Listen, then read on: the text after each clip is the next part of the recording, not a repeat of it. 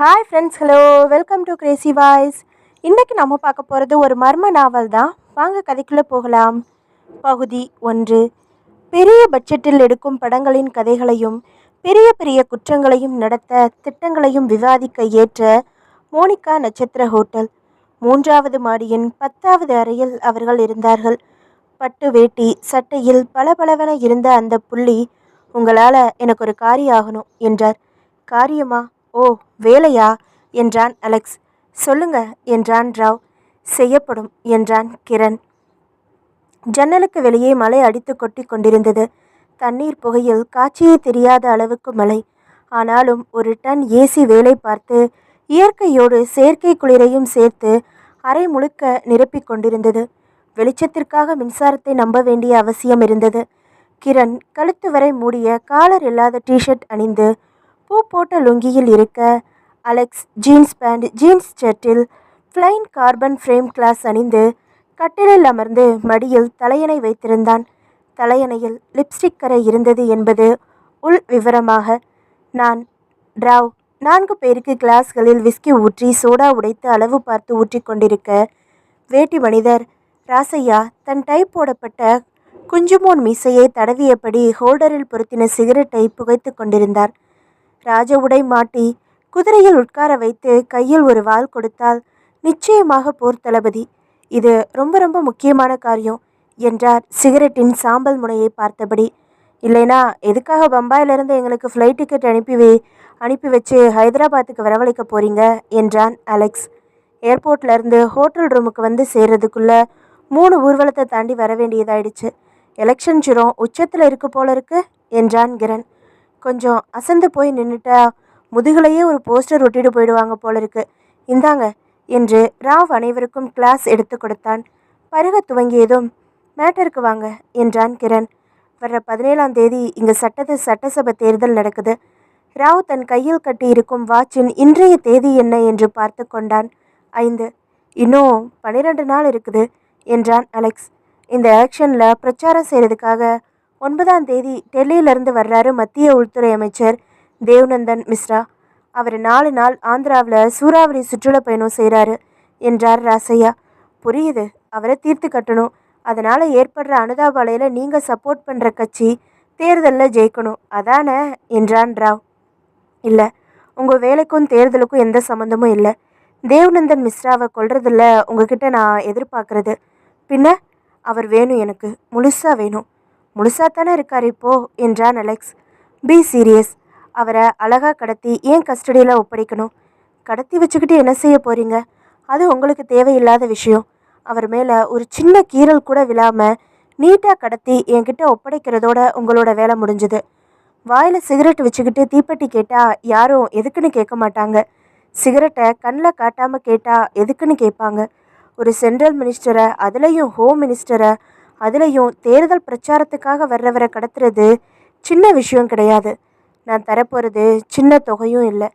தொகை 2ஆம் கட்டம். முதல்ல எங்களுக்கு ஓரளவாவது காரணம் தெரிஞ்சாகணும் சார். ஆந்திராவில் இருக்கிற ஒரு இண்டஸ்ட்ரியலிஸ்ட் நீங்கள்.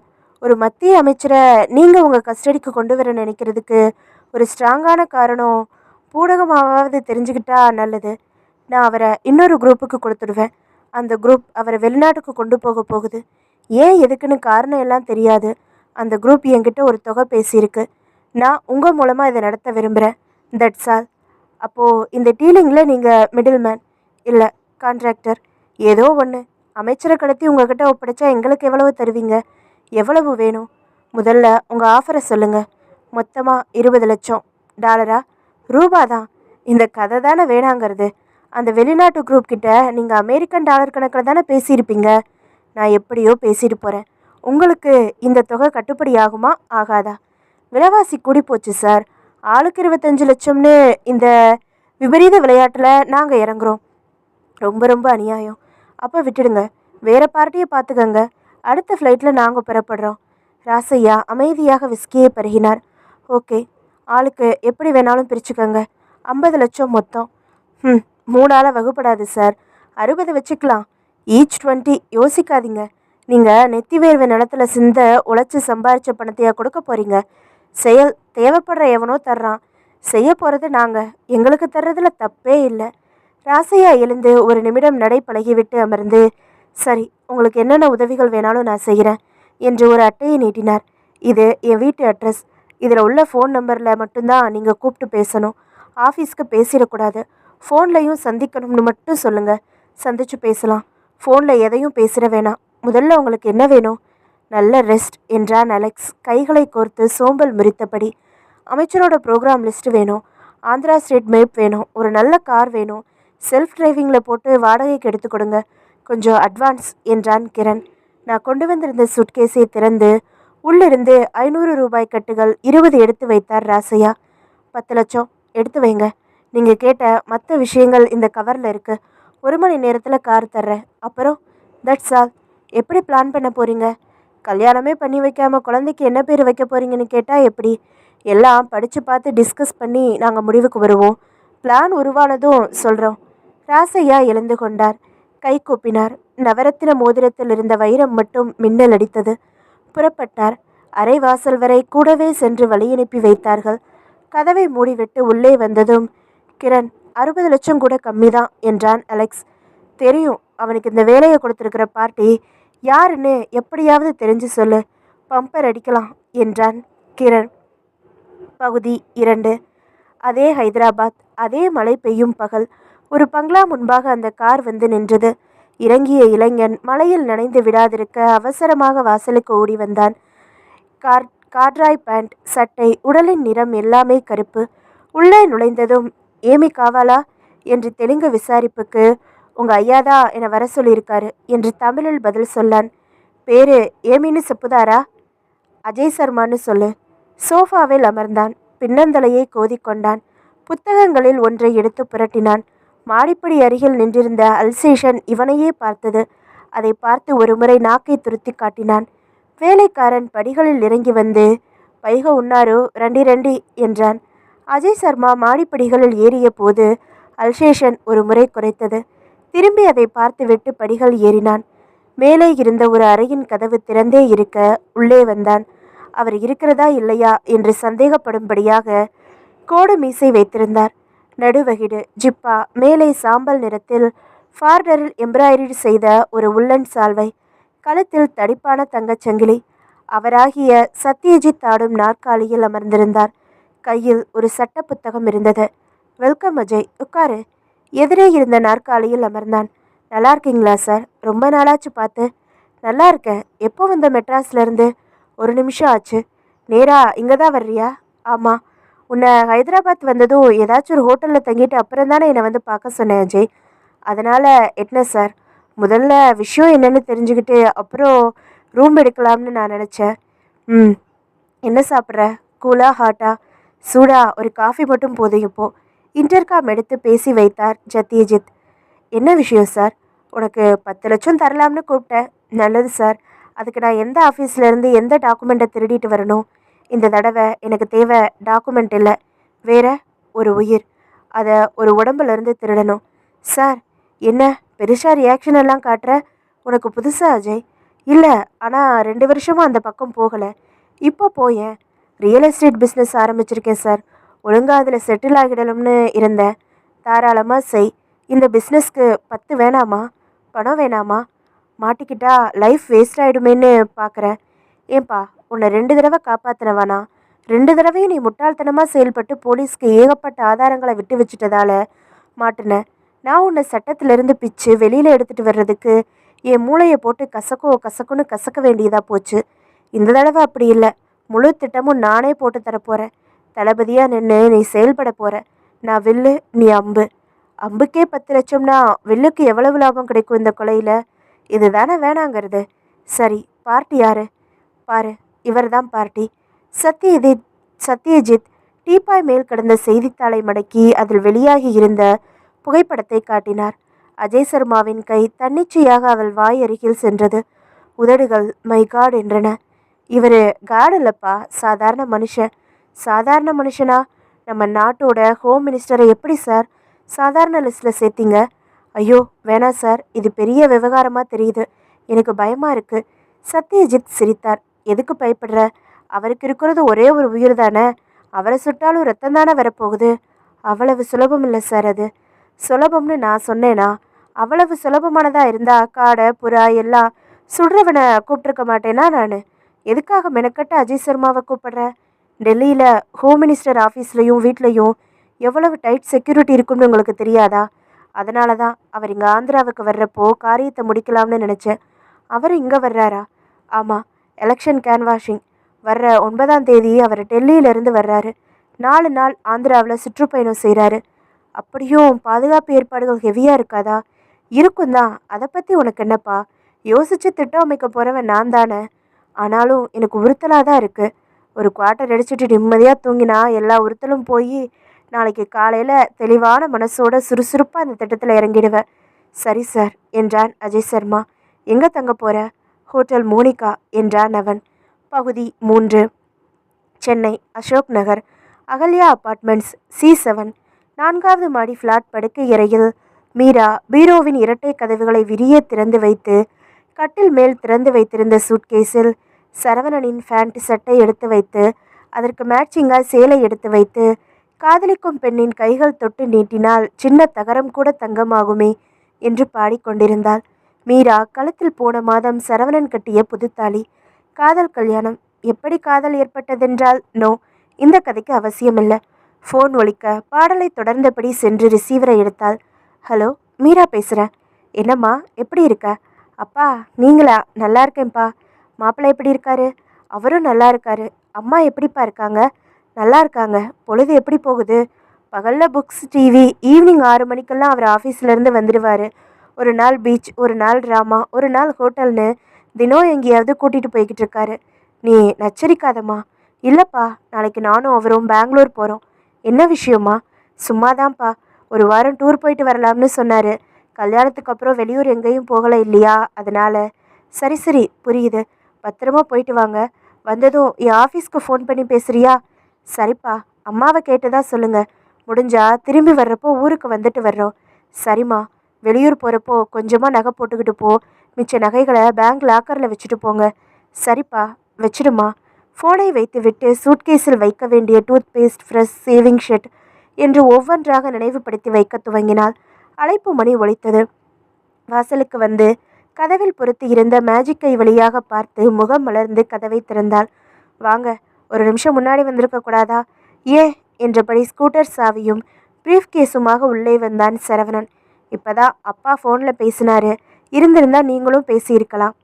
வர்றப்போ ஸ்கூட்டர் டயர் பஞ்சர் ஆயிடுச்சு. பஞ்சர் ஒட்டி போட்டுட்டு வர்றேன். இல்லைனா 1/2 மணி நேரம் முன்னாடியே வந்திருப்பேன் என்றபடி ஷூ கலற்றினான். ஸ்கூட்டர் தானே பஞ்சர் ஆச்சு, அதுக்கு முகத்தில் ஏன் இவ்வளவு நிழல் அடிக்குது? மனசும் பஞ்சர் என்றபடி படுக்கை அறைக்குள் வந்து ப்ரீஃப் கேஸை ஓரமாக வைத்தான். என்னாச்சுங்க? கட்டில் மேல் திறந்த நிலையிலிருந்த சூட்கேஸை பார்த்த அவன், நீ எல்லாத்தையும் எடுத்து வைக்க ஆரம்பிச்சிட்டியா? ஏன், நம்ம ட்ரிப் கேன்சல்டு. என்னங்க இது? எதுக்கு திடீர்னு கேன்சல் செய்கிறீங்க? நானா செய்கிறேன்? எனக்கு சம்பளம் கொடுக்குறானே எம்டி, அவன் மனசு வைக்க வேணாமா? எனக்கு லீவு ஷேங்ஷன் தர முடியாதுன்றாரு பாவி. எதுக்காக? கம்பெனியோட ஜெனரல் பாடி மீட்டிங், புது ப்ராடக்ட் லான்ச்சிங் இதெல்லாம் நடக்க போகுது. அதுக்கான அரேஞ்ச்மெண்ட்ஸ் பொறுப்பை என் தலையில் போட்டுட்டாரு. என்னங்க இப்படி சொல்கிறீங்க என்று அவளின் குரலில் அழுகை ஒளிந்திருந்தது. அவள் தாடையை தொட்டு நிமிர்த்திய சரவணன், போடா, நீயும் ஆச்சு உன் வேலையும் ஆச்சு. நானும் என் புது பொண்டாட்டியும் ஹனிமூன் போகிறது தான் எனக்கு முக்கியம்னு சொல்லிட்டு வந்துடலாம்னு தான் நினச்சேன். வேறு வேலை கைவசம் ரெடியாக இல்லையே. வாட்டுடு. என்னங்க, நான் எவ்வளவு ஆசையாக இருந்தேன் தெரியுமா? எனக்கு மட்டும் இருக்காதா மீரா? ஒரு வாரம் உன்னோட டூர் போக வேண்டியவனை உன்னை விட்டுட்டு தனியாக ஒரு வாரம் ஆஃபீஸ் டூருக்கு அனுப்பி வைக்கிறாங்களே. வெளியூர் போகணுமா நீங்கள்? ஆமாம், ஹைதராபாத். அங்கே போய் தங்கி தான் நான் இந்த ஏற்பாடுகளை எல்லாம் செய்யணும். எங்கே தங்குவீங்க? அதெல்லாம் பெரிய ஹோட்டல் தான், ரூம் போட்டு கொடுப்பாங்க. அதில் எதுவும் குறைச்சல் இருக்காது. நானும் உங்களோட வரக்கூடாதா? நான் ஆஃபீஸ் வேலையை அலைய வேண்டியிருக்கு மீரா. காலையிலேருந்து மத்தியானம் வரைக்கும் நீங்கள் உங்கள் வேலையை பாருங்கள். நான் ஹோட்டல் ரூமில் டிவி பார்த்துக்கிட்டு இருக்கேன். ஈவினிங் சுற்றலாம். 24 மணி நேரமும் ஆஃபீஸ் வேலை கவனிக்கணும்னு ஒன்றும் அவசியம் இல்லை தானே? இது கூட நல்ல யோசனை தான் என்றான் சரவணன். பகுதி 4. அஜய் சர்மா ஹோட்டல் மோனிகாவை அடைந்த போது அவனும் உருவம் மாறியிருந்தான். காரின் எண்ணும் மாறியிருந்தது. பஞ்சாபி சிங் போல தலையில் டர்பன் கட்டி தாடி வைத்து அதன் மேல் மெல்லிய வலை போட்டு முறுக்கு மீசையை ஒட்டி வைத்து மஸ்டர்ட் நிறத்தில் தொளதொளா பைஜாமா குர்தா அணிந்து கையில் பிரீஃப் கேஸுடன் ரிசப்ஷனில் சென்று நின்றபோது மிக கம்பீரமான தோற்றத்தில்தான் தெரிந்தான். I'm from Thiruvananthapuram.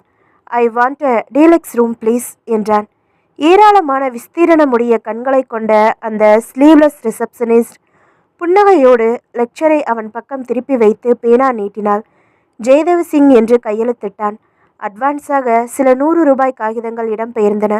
Room number 404 sir என்று 1 கிலோ எடை உள்ள பித்தளை தகடு மாட்டின ஹோட்டல் ரூமின் சாவியை அவனிடம் ஒப்படைத்து 4th ஃப்ளோர் என்று இலவச இணைப்பாக புன்னகைத்தாள். 2 லிஃப்ட்டுகள் அருகருகில் இருந்தன. சர்வீஸில் இருந்தன. லிஃப்டை அழைக்கும் பித்தானை அழித்துவிட்டு காத்திருந்தான். 4321G திறந்தது. உள்ளிருந்து கிரண், ராவ், அலெக்ஸ் வெளியே வர இவன் உள்ளே நுழைந்து 4வது பட்டனை அழுத்தினான்.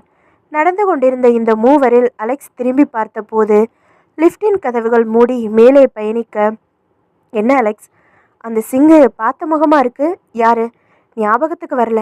சரி விடு, அதனால என்ன? இல்லை கிரண், அவனோட தாடி ஒட்டு மாதிரி பட்டது. நிஜமாவா? பாம்பரியும் பாம்பின் கால் இல்லையா? அந்த முகம் எனக்குள்ள வந்து வந்து போகுது. எனக்கு தெரிஞ்சு போச்சு என்றான் ராவ். யாரு? அவன் ஏதாச்சும் தெலுங்கு ஆக்டராக இருப்பான். இமேஜுக்காக வேஷம் போட்டு ஏதாச்சும் பொண்ணை தள்ளிக்கிட்டு வந்திருக்கானோ என்னவோ. இல்லையே, தனியாத்தானே போகிறான். சரி விட, யாரா இருந்தா என்ன என்றான் கிரண். அவர்கள் வெளியே வந்து பார்க்கிங் பகுதியில் நிறுத்தியிருந்த தங்கள் காரில் அமர்ந்து புறப்பட்டார்கள்.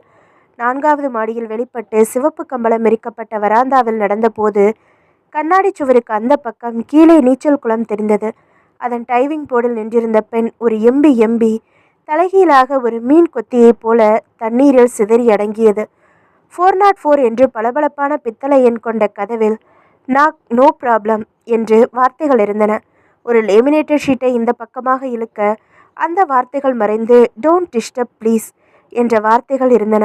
சாவி போட்டு கதவை திறந்த அஜய் சர்மா அதை இப்படி எப்படி 2 முறை நகர்த்தி பார்த்து டோன்ட் டிஸ்டர்ப் ப்ளீஸில் நிறுத்திவிட்டு உள்ளே வந்தான். கதவு தானாக மூடிக்கொண்டது. பெட்டியை கட்டிலில் போட்டுவிட்டு முதலில் வேஷம் கலைத்தான். வெறும் ஜட்டியோடு கட்டிலில் விழுந்தான். ரிமோட் ப்ளீஸ் என்று டிவியில் ஒவ்வொரு சேனலிலும் 2 வினாடி பார்த்துவிட்டு அணைத்தான். புரண்டு டெலிஃபோன் எடுத்தான். ஒரு பாக்கெட் டைரி எடுத்து புரட்டி பார்த்து ஒரு எண்ணுக்கு டயல் செய்தான். சிந்துஜா என்று குரல் வந்தது. எப்பா மாட்டுன, நீ ஊரில் இருக்கணுமேனு உங்கள் ஏடுகொண்டல பாடுவை வேண்டிக்கிட்டு இருந்தேன். ஹாய் அஜய், எப்படி வந்த? எப்போ வந்த? பேரை சொல்லாத ஞான பெண்ணே. என்ன பெண்ணே? வேணாம், உன்கிட்ட இல்லாததை தெரியாமல் சொல்லிட்டேன். உதவிலும் படவா. எங்கேருந்து? மோனிகா, 404. என் பேர் ஜெயதேவ் சிங். என்ன பண்ண போகிற ஆந்திராவை? இந்த தடவை பாரதத்தையே கலக்கிறதா உத்தேசம். கொஞ்சம் என்னையும் பாட்டராக சேர்த்துக்கப்பா. ஏன் தொழிலில் வறட்சியா? 90ல் நான் கொடி கட்டி பறந்தேன். இப்போ மாடலிங் செய்கிறதுக்கு புதுசாக நிறைய பேர் க்யூவில் நிற்கிறாங்க. ஏஜென்சிக்கு ஒவ்வொரு தடவையும் புதுமுகம்தான் பிடிக்குது. நடுவில் சினிமா சான்ஸ் வந்துச்சுப்பா. போயிருக்க வேண்டியது தானே. திமிரு. 2 நாள் அட்வர்டைஸ்மெண்ட் ஃபிலிம்ஸ் நடித்தா 1.5 லட்சம் கிடைக்குது. உங்கள் படத்தில் 40 நாள் உழைச்சாலும் 3 நாளுக்கு மேலே தரமாட்டீங்க. அதுலேயும் பாதியை திருப்பி வந்த செக்கா ஃபைல் பண்ணி வச்சு அழகு பார்க்க வேண்டியதான்னு சொல்லி அலட்சியமாக பேசி அனுப்பி வச்சுட்டேன். அடப்பாவுமே. இப்போ உனக்கு சினிமாவில் இன்ட்ரெஸ்ட் இருக்கா? ஷுர். தமிழ் படம் பண்ணுறியா சிந்து? நிஜமாக தான் கேட்குறியா? என் ஃப்ரெண்டு ஒருத்தன் படம் பண்ணுறான். புதுமுகம் தேடிட்டு இருக்கான். நான் சொன்னால் ரொம்ப மரியாதை தருவான். கொஞ்சம் ஃபைனான்ஸ் பண்ணுறேன்னு வேற சொல்லியிருக்கேன். அஜய் கண்ணா ப்ளீஸ்மா, வாங்கி கொடுத்துருப்பா இந்த சான்ஸை. எப்போ போகலாம் மெட்ராஸ்க்கு? நான் ஒரு வேலையாக வந்திருக்கேன். 1 வாரம் ஆகும் போக. போகிறப்ப கூட்டிகிட்டு போகிறேன். முதல்ல உன் ஸ்டில்ஸை அனுப்பி வைக்கலாம். Best stills வச்சுருக்கியா? ஆல்பமே இருக்குப்பா. செலக்டிவாக 10 ஸ்டில்ஸ் எடுத்துகிட்டு வர்றியா? எப்போ? இப்போ தான். தங்குற மாதிரி வா. ஏய் பாத்தியா, இன்னைக்கு வேணாம் அஜய். ஏன், விரதமா? இல்லை, ஏற்கனவே எங்கேஜ்டா. அட்வான்ஸ் வாங்கிட்டியா? சி, நீ இன்னும் கேவலமாக கேட்க ஆரம்பிச்சிடுவ. வந்துடுறேன். ஆனால் தங்கலை. ராத்திரி 10 மணிக்கு என்னை விட்டுடு. ஓகே வா. திரும்பி போகிற டயத்தை பற்றி இப்போ எதுவும் கேரண்டி கொடுக்க முடியாது. ரிசீவரை வைத்தான். எழுந்து குளியலறைக்கு சென்றான். ஷவரில் ஆனந்தமாக நின்றான். உடை மாற்றினான். சென்ட் போட்டுக்கொண்டான். எழுதும் மேஜைக்கு முன்னால் நாற்காலியை இழுத்து போட்டுக்கொண்டு மேஜை விளக்கை போட்டான். சிகரெட் பற்ற வைத்து கொண்டான். சத்யஜித் அவனிடம் கொடுத்த கவரை பிரித்தான். உள்ளே இருந்த காகிதங்களில் மேலாக இருந்ததை பார்த்தான். 9ஆம் தேதி ஹைதராபாத் வரும் மத்திய அமைச்சர் தேவ்நந்தன் மிஸ்ராவின் முழு புரோகிராமும் டைப் செய்யப்பட்டிருந்தது. எத்தனை மணிக்கு விமான நிலையம் வர்றாரு, எங்கே தங்குறாரு, எங்கே சாப்பிட்றாரு, பிரச்சாரத்துக்கு எப்போ புறப்படுறாரு, பிரச்சாரத்தின் போது எந்தெந்த ஊரில் எத்தனை மணிக்கு பேசுகிறாரு, பிரச்சாரத்துக்கு நடுவில் எங்கே சாப்பிட்றாரு, எங்கே ஓய்வெடுக்கிறாரு, என்னைக்கு எத்தனை மணிக்கு டெல்லிக்கு விமானம் ஏறுறாருன்னு முழு விவரமும் தெளிவாக இருந்தது. அதில் 10ஆம் தேதி விசாகப்பட்டினம் பொதுக்கூட்டம் மாலை மணி 6 என்கிற வரி மட்டும் சிவப்பு ஸ்கெட்ச் பேனாவில் வட்டமிடப்பட்டிருந்தது.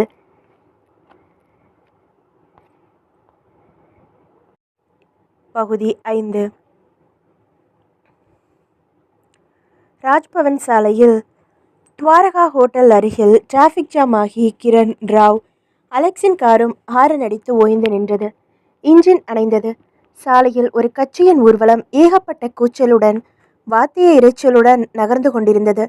தொண்டர்கள் லாரி மேலே நின்று தன் கட்சியின் கொடியை தலையில் கட்டிக்கொண்டு சட்டை முனைகளை முடிச்சு போட்டு வைத்து தையா தக்கதக்காவென்று ஆடிக்கொண்டு வந்தார்கள். எங்கெங்கேயோ கிராமங்களில் இருந்து வந்த வேன்களும் லாரிகளும் தெலுங்கில் பேனர்கள் தாங்கி லவுட் ஸ்பீக்கர்கள் அலற ஊர்ந்தன.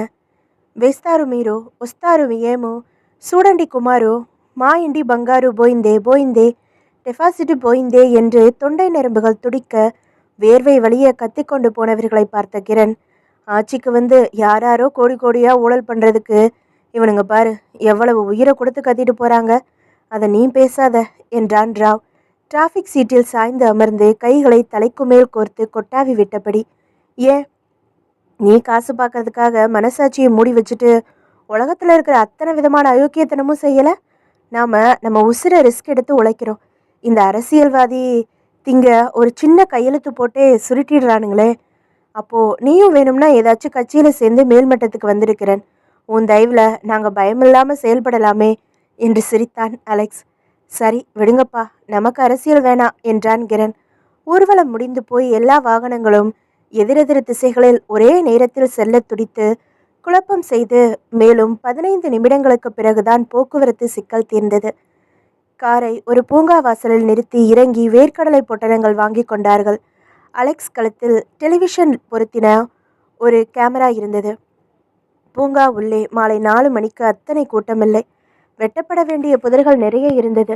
ஆங்காங்கே அசரீரியாக வளையல் சத்தமும் சினுங்கல்களும் கேட்டன. ஒருவன் மர நிழலில் நீட்டி படித்து தினசரி பேப்பரால் மூடி உறங்கிக் கொண்டிருந்தான். எதுக்காக நாம் இந்த பார்க்குக்கு வந்திருக்கோம் கிரண்?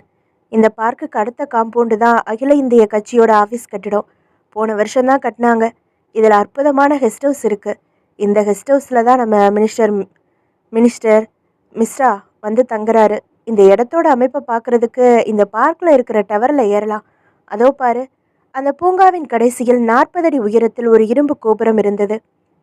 அதன் உச்சியில் நின்று பார்க்க மேடை இருந்தது. அந்த கோபுரத்தின் உட்புறமாக மடங்கி மடங்கி இரும்பு படிகள் ஏறின. அதில் ஒரு டூரிஸ்ட் தம்பதி தன் குழந்தைகளோடு ஏறிக்கொண்டிருந்தார்கள். மேலே 4 பேர் நின்று நாலா பக்கமும் திரும்பி பார்த்து கொண்டிருந்தார்கள். ஒரு நேரத்தில் 10 பேர் தான் நிற்கலாம் என்று புரிந்தது. மேலே உள்ள கும்பல் இறங்கி வரட்டும், இந்த குடும்பம் அங்கே போய் சேரட்டும், அதுக்கப்புறம் நாம் போகலாம். அந்த பார்க்கின் புல்வெளி மேல் மூவரும் அமர்ந்தார்கள். வானில் கடந்து சென்ற சாம்பல் நிற பறவை கும்பலில் 17 வரை ராவ் எண்ணிய போது அவை பார்வையை விட்டு மறைந்தன. 5 நிமிடம் கழித்து இரும்பு கோபுரத்திற்கு நடந்தார்கள். இவர்கள் ஏறி ஏறி மேலே வந்ததும் அந்த குடும்பம் தன் கேமராவை இவர்களிடம் நீட்டி தங்களை ஃபோட்டோ எடுத்து கொடுக்க சொன்னது. அலெக்ஸ் அவர்களை உயரமான கட்டிடத்தின் பின்னணியில் ஃபோட்டோ எடுத்து கொடுத்ததும் அவர்கள் நன்றி சொல்லி இறங்கி சென்றார்கள். லெஃப்ட் சைடு திரும்பி பாருங்க, கை காட்டி மட்டும் பேசக்கூடாது, ஞாபகம் இருக்கட்டும் என்றான் கிரண். சொல்லப்பட்ட திசையில் பார்த்தார்கள். 2 மாடி கட்டிடம் ஒன்று அழகாக இருந்தது. அதன் வாசலில் நிறைய கார்கள் நின்றன. ஆஸ்பெட்டா செட் ஒன்று போடப்பட்டிருந்தது.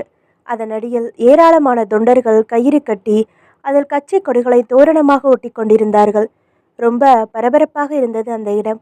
ஒரு டெம்போவில் தலைவர்களின் கட்டவுட்களை ஏற்றி கொண்டிருந்தார்கள். ஒரு பக்கம் பிரச்சாரம் செய்கிற ஆட்டோக்களை வரிசையாக நின்றன. இந்த கட்டிடத்திற்கு நேர் பின்னால ஒரு தனி பங்களா இருந்தது. அதன் வாசலில் 2 போலீஸ்காரர்கள் நின்றார்கள். ஒரு புத்தம் புது ஸ்வராஜ் மஸ்தா வேன் நின்று கொண்டிருந்தது. அதன் சைடு பகுதியில் ஒரு தலைவரின் படத்தை வரையப்போகிற ஓவியன் ஒருவன் சாக்பீஸால் ஆரம்ப கோடுகள் போட்டு கொண்டிருந்தான். பின்பக்கம் இருக்கிற கெஸ்ட் ஹவுஸில் தான் மினிஸ்டர் மிஸ்ரா தங்குறாரு. ஒரே ஒரு நாள் தான் இங்கே தங்குறாரு. அதாவது டெல்லியிலேருந்து வர்ற 9ஆம் தேதி அன்னைக்கா. ஆமாம், மத்தியானம் 12 மணிக்கு தான் டெல்லியிலேருந்து அவரோட விமானம் வந்து சேருது. அங்கேருந்து நேராக கவர்னரை போய் சந்திக்கிறாரு. மதிய விருந்து அங்கே. 3 மணிக்கு நேராக ஹோட்டலில் ஆனந்த் விகார் போகிறாரு.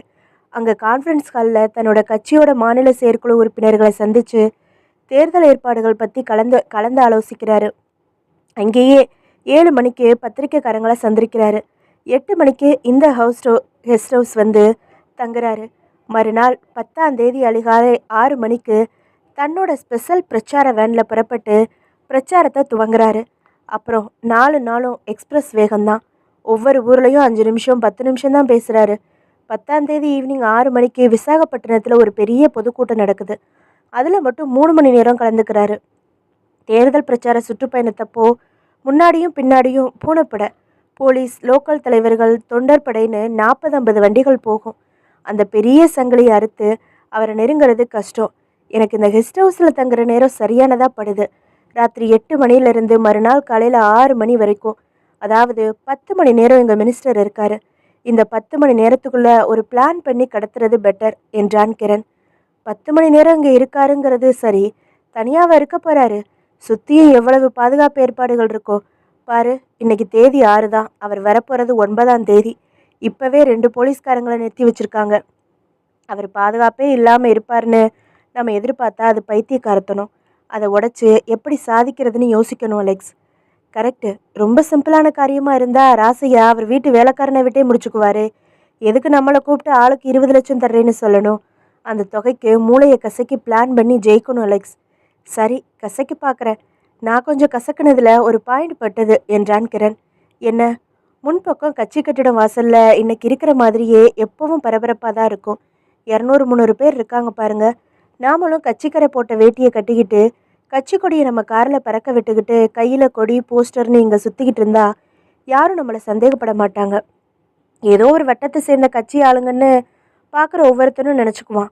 2 நாளைக்கு இதே மாதிரி தோரணம் கட்டி போஸ்டர் ஒட்டி கட்டோடு தூக்கி லாரியில் வைக்கிறதுக்கு உதவி பண்ணிகிட்டு இருந்தோம்னா இங்கே இருக்கிற ஆளுங்களுக்கு நம்ம முகம் பதிவாயிடும். ஒரு பொய் அடையாளம் வேணும்னாலும் போட்டுக்கலாம். விசாரிச்சா பதில் சொல்கிறதுக்கு ஏதாச்சும் ஊர் பேர், கொஞ்சம் கட்சி விவகாரம், குட்டி தலைவர்களோட பேர்கள், இதெல்லாம் தெரிஞ்சு வச்சுக்கணும். எலெக்ஷன் வேலை செய்கிறதுக்காக கிராமத்திலேருந்து வந்ததாக சொல்லணும். வண்டிக்கு ஆந்திரா ரெஜிஸ்ட்ரேஷனில் ஒரு பொய் நம்பர் பிளேட் மாற்றிடணும் என்றான் அலெக்ஸ். இரு அலெக்ஸ், மெயின் மேட்டரை புரிஞ்சுக்கலாம். கிரண் சொல்லி முடிக்கட்டும். 2-3 நாள் அவங்களோட பழகி நம்மளை பதிய வைக்கிறதால என்ன லாபம்? புரியாத ஆளாக இருக்கியே. மினிஸ்டர் வர்றப்போ அவங்களோட நின்று பூ போட்டு வரவேற்கலாம், மாலை போடலாம். கிட்ட போய் சரியான சந்தர்ப்பம் கிடச்சிட்டா நெத்தியில் துப்பாக்கியை வச்சு வாயா துரைன்னு நம்ம காரில் ஏற்றிக்கிட்டு போயிட வேண்டியது தான். பப்ளிக் முன்னாடி ஒரு பரபரப்பான சீனை உருவாக்கி கடத்த போகிறோமா, இல்லை யாருக்கும் தெரியாமல் கடத்த போகிறோமா? யாருக்கும் தெரியாமல் கடத்துறதுல கொஞ்சம் தற்காப்பு இருக்குது. அப்படியும் யோசிக்கலாம். முதல்ல அவங்களோட மிக்ஸ் ஆகிட்டா வேறு யோசனை கூட நமக்கு வரலாம். நாமளும் கட்சி தொண்டர்கள் மாறிக்கிற யோசனை எனக்கு பிடிச்சிருக்கு. அதனால் நிறைய தகவல்களை தெரிஞ்சுக்க முடியும்.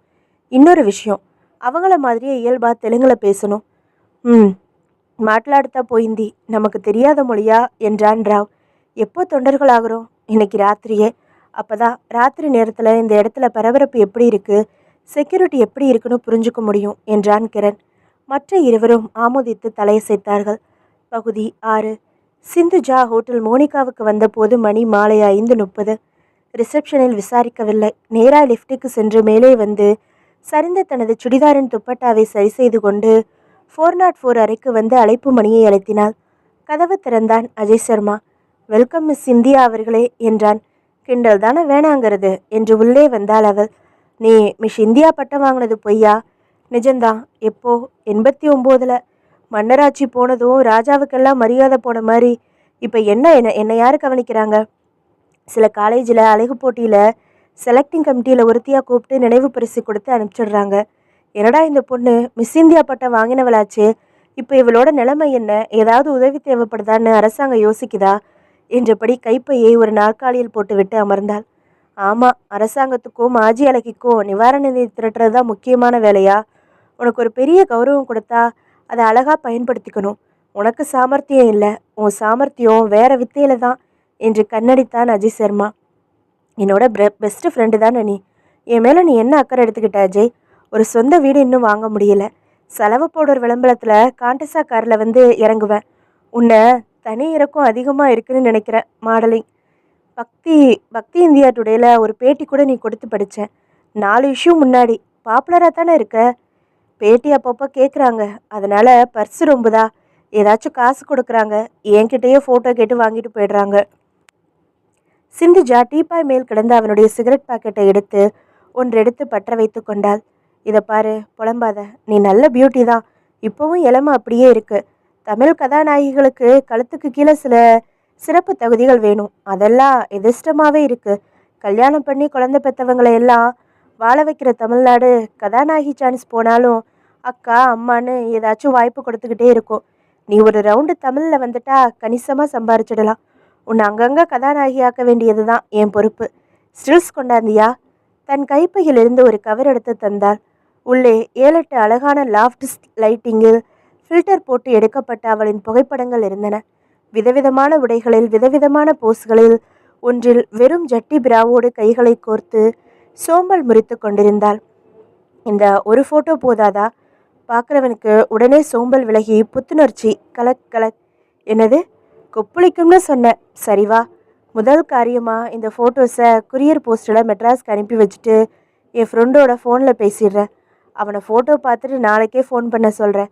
மறுபடியும் ரூமுக்கு வந்து அப்புறம் ஏதாச்சும் சூடாக சாப்பிட்டுட்டு வாக்கிய முடிக்காமல் கட்டிலை நோக்கி பார்த்து அவளை புன்சிரித்து, புறப்படலாமா? 2 நிமிஷம் இரு, நான் சிங்கா மாறிடுறேன் என்றான். ட்ரெஸ்ஸிங் மேஜை முன்னால் அமர்ந்து டர்பன் வைத்து தாடி வைக்க துவங்கினான். சில நிமிடங்களில் இருவரும் ஹோட்டலின் வாசலில் இருந்த பித்தளை தாம்பாளக்காரனிடத்தில் ஆளுக்கு ஒரு ஜரிதா பீடா போட்டுக்கொண்டு அவன் வழி சொன்ன குரியர் சர்வீஸ்க்கு நடந்தார்கள். அந்த கடையிலேயே ஸ்டாப்லர் அடித்து விலாசம் எழுதி பணம் கட்டி கவரை ஒப்படைத்துவிட்டு அருகில் இருந்த எஸ்டிடி பூத் வந்து டயல் செய்து, ஹலோ கிருஷ்ணா, அஜய், ஹைதராபாத்லேருந்து நம்ம படத்துக்கு ஹீரோயின் பிடிச்சிட்டேன். அட்டகாசமான பொண்ணு, எக்ஸ் இந்திய அழகி, இப்போவும் அழகிதான். மாடர்னிங்கில் இருக்கிறவ, எனக்கு பர்சனலாக தெரியும். நம்ம சப்ஜெக்டுக்கு ரொம்ப சூட்டபிள். ஸ்டில்ஸ் இன்னைக்கு கொரியரில் அனுப்பி வச்சுருக்கேன். நாளைக்கே பார்த்துட்டு உடனே எனக்கு ஃபோன் பண்ணு. நிச்சயமாக உனக்கு பிடிக்கும். டைரக்டர்கிட்ட காட்டு. வேணும்னா ஸ்க்ரீன் டெஸ்ட் பண்ணி பாருங்க. வச்சிடவா? வைத்துவிட்டு அவளை பார்த்து, அடடா, முக்கியமான ஒரு சமாச்சாரத்தை சொல்ல விட்டுட்டேனே சிந்து என்றான். என்ன? அந்த பொண்ணுக்கு தொப்புள் பக்கத்தில் ஒரு மச்சம் இருக்கும்னு சொல்லலையே. சி வா என்று அவன் கன்னத்தை கிள்ளினாள்.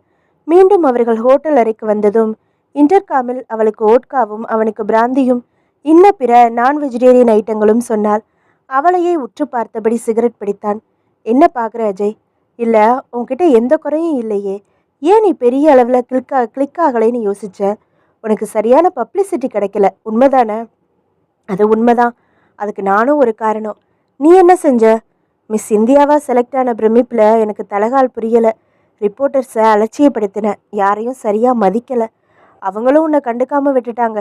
உனக்கு இப்போ திடீர்னு பெரிய அளவில் நாடு முழுக்க ஒரு பப்ளிசிட்டி கிடைக்கணும் சிந்து. அப்படி கிடைச்சா உனக்கு சினி என்ட்ரி சுலபமாக இருக்கும். பரபரப்பாக எதிர்பார்ப்போடு பேசப்படுவேன். புரியலை. பப்ளிசிட்டிக்காக என்னை நடு ரோட்டில் தலைகீழாக நிற்க சொல்கிறியா? சச்ச, எனக்கு ஒரு ஃபஸ்ட் கிளாஸ் ஐடியா தோணுது. சிம்பிளான ஐடியா, அதே சமயம் நாடு முழுக்க பயங்கரமான பப்ளிசிட்டி ஏற்படுத்துகிற ஐடியா. என்ன? இப்போ இங்கே எலெக்ஷன் ஜுரம் உச்சத்தில் இருக்கு இல்லையா? நீ என்ன செய்கிற? எல்லா பத்திரிகைக்கும் ஒரு அறிக்கை விடுற. என்னென்னு? தேர்தல் பிரச்சாரத்துக்காக ஆந்திரா வர்ற மத்திய அமைச்சர் தேவ்நந்தன் மிஸ்ரா முன்னிலையில் அவரோட அகில இந்திய தேசிய கட்சியில் சேர போகிறதா, நாட்டுக்கு சேவை செய்ய போகிறதா. அந்த கட்சியோட மாநில தலைவர் அருமைதாஸை உனக்கு தெரியுமா? தெரியும். 2-3 தடவை விழாக்களில் சந்திச்சிருக்கோம். விழாக்களில் மட்டும்தானே? நீ உருப்படவே மாட்ட. லொடக்குன்னு சந்தேகம் வருமே. விஷயம் என்ன? அதை சொல்லு. அவரை போய் பார்த்து பத்திரிகைகளுக்கு அனுப்பின அறிக்கையில் ஒரு காப்பியை கொடுத்து எலெக்ஷன் கேன்வாசிங் செய்ய சொன்னால் செய்ய தயார்னு சொல்லிடு. எனக்கு அரசியல் வேணாம் அஜய். ஐயோ கருமோ, யாருக்கு வேணும் இந்த நாத்தம் பிடிச்ச அரசியல்? நான் சொல்கிறதெல்லாம் உன் பப்ளிசிட்டிக்காக தான். முழுசாக கேட்டுக்கோ. மாநில தலைவர் குளிர்ந்து போயிடுவார். விசாகப்பட்டினத்தில் நடக்கிற பொதுக்கூட்டத்தில் மத்திய மந்திரிக்கு ஒரு கதராடையை போத்திட்டு முதல் மேடை பேச்சா 2 நிமிஷம் பேசுகிறேன்னு சொல்லி பர்மிஷன் வாங்கு. சரி, வாங்கி அன்னைக்கு மேடையில் மினிஸ்டருக்கு கதராடை போத்திட்டு உடனே சப்பக்குன்னு கன்னத்தில் முத்தம் கொடுத்துரு. 40-50 ஸ்டில் கேமரா, 7-8 வீடியோ கேமரா எல்லாம் அந்த சீனை எடுக்கும். மறுநாள் பேப்பரில் எல்லாம் அந்த முத்த ஃபோட்டோ வரும்.